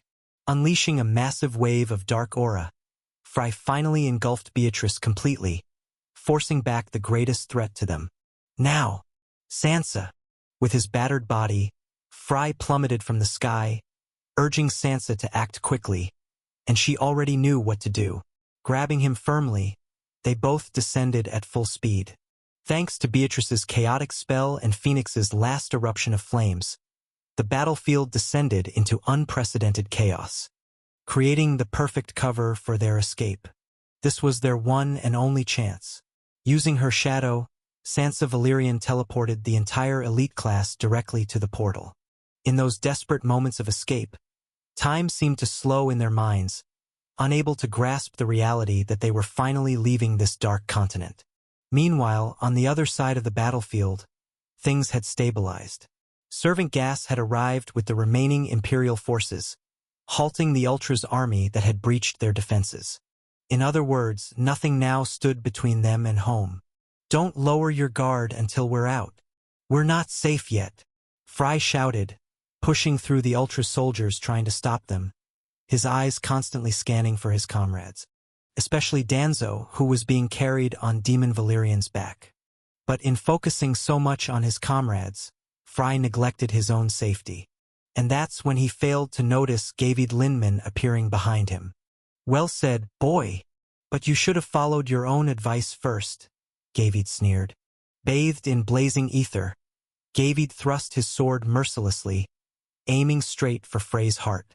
With his exhausted body, Fry couldn't react in time to block the deadly strike from one of the Ultra's strongest lords.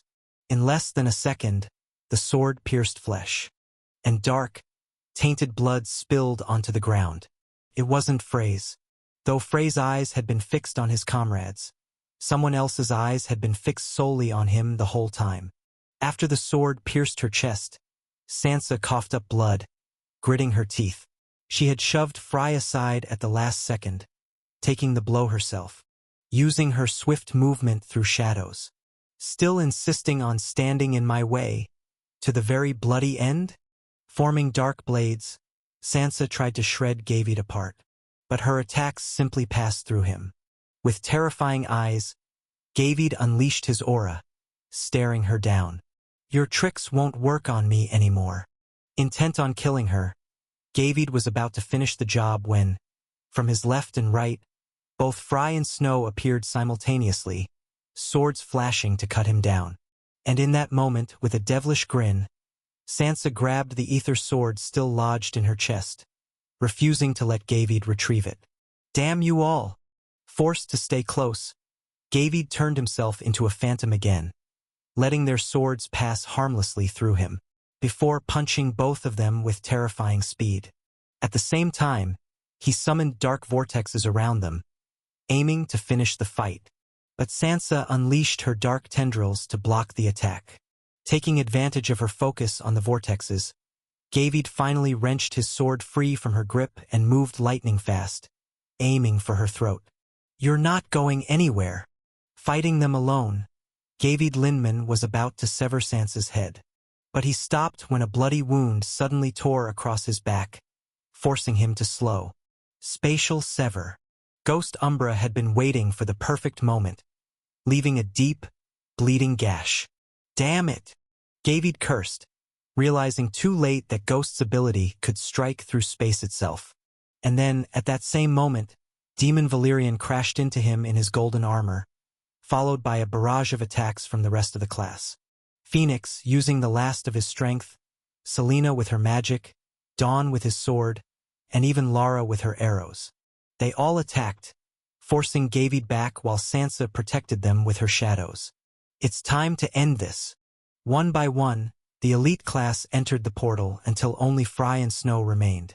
Their bodies shone with fierce light, standing face to face with Gavid and the Ultra's elite chasing them.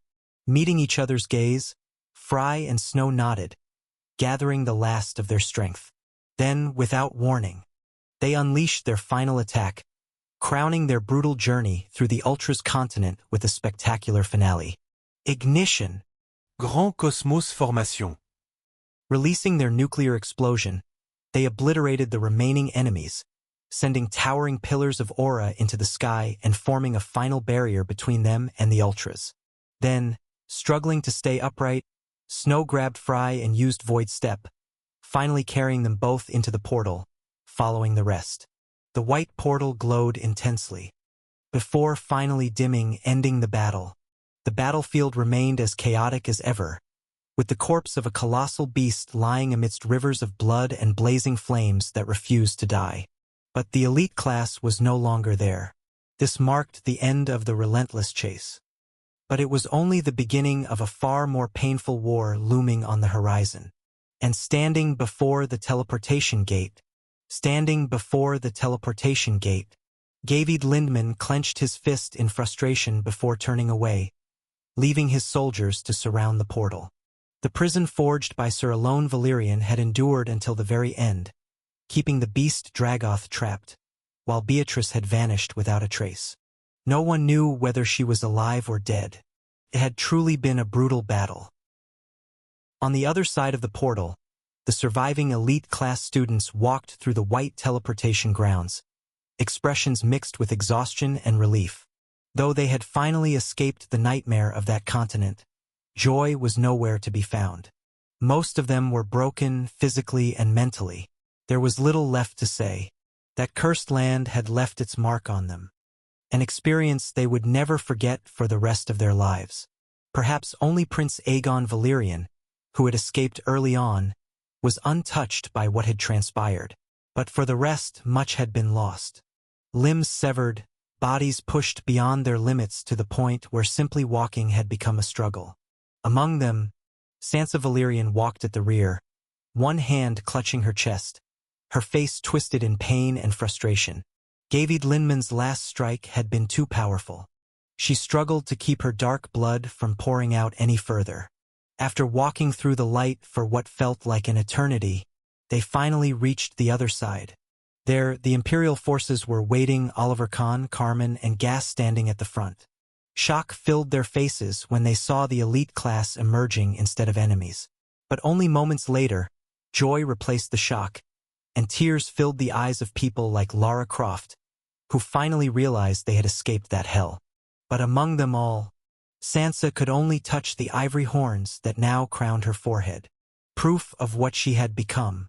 Before all those gathered forces, she found herself unable to step forward, unable to show her face.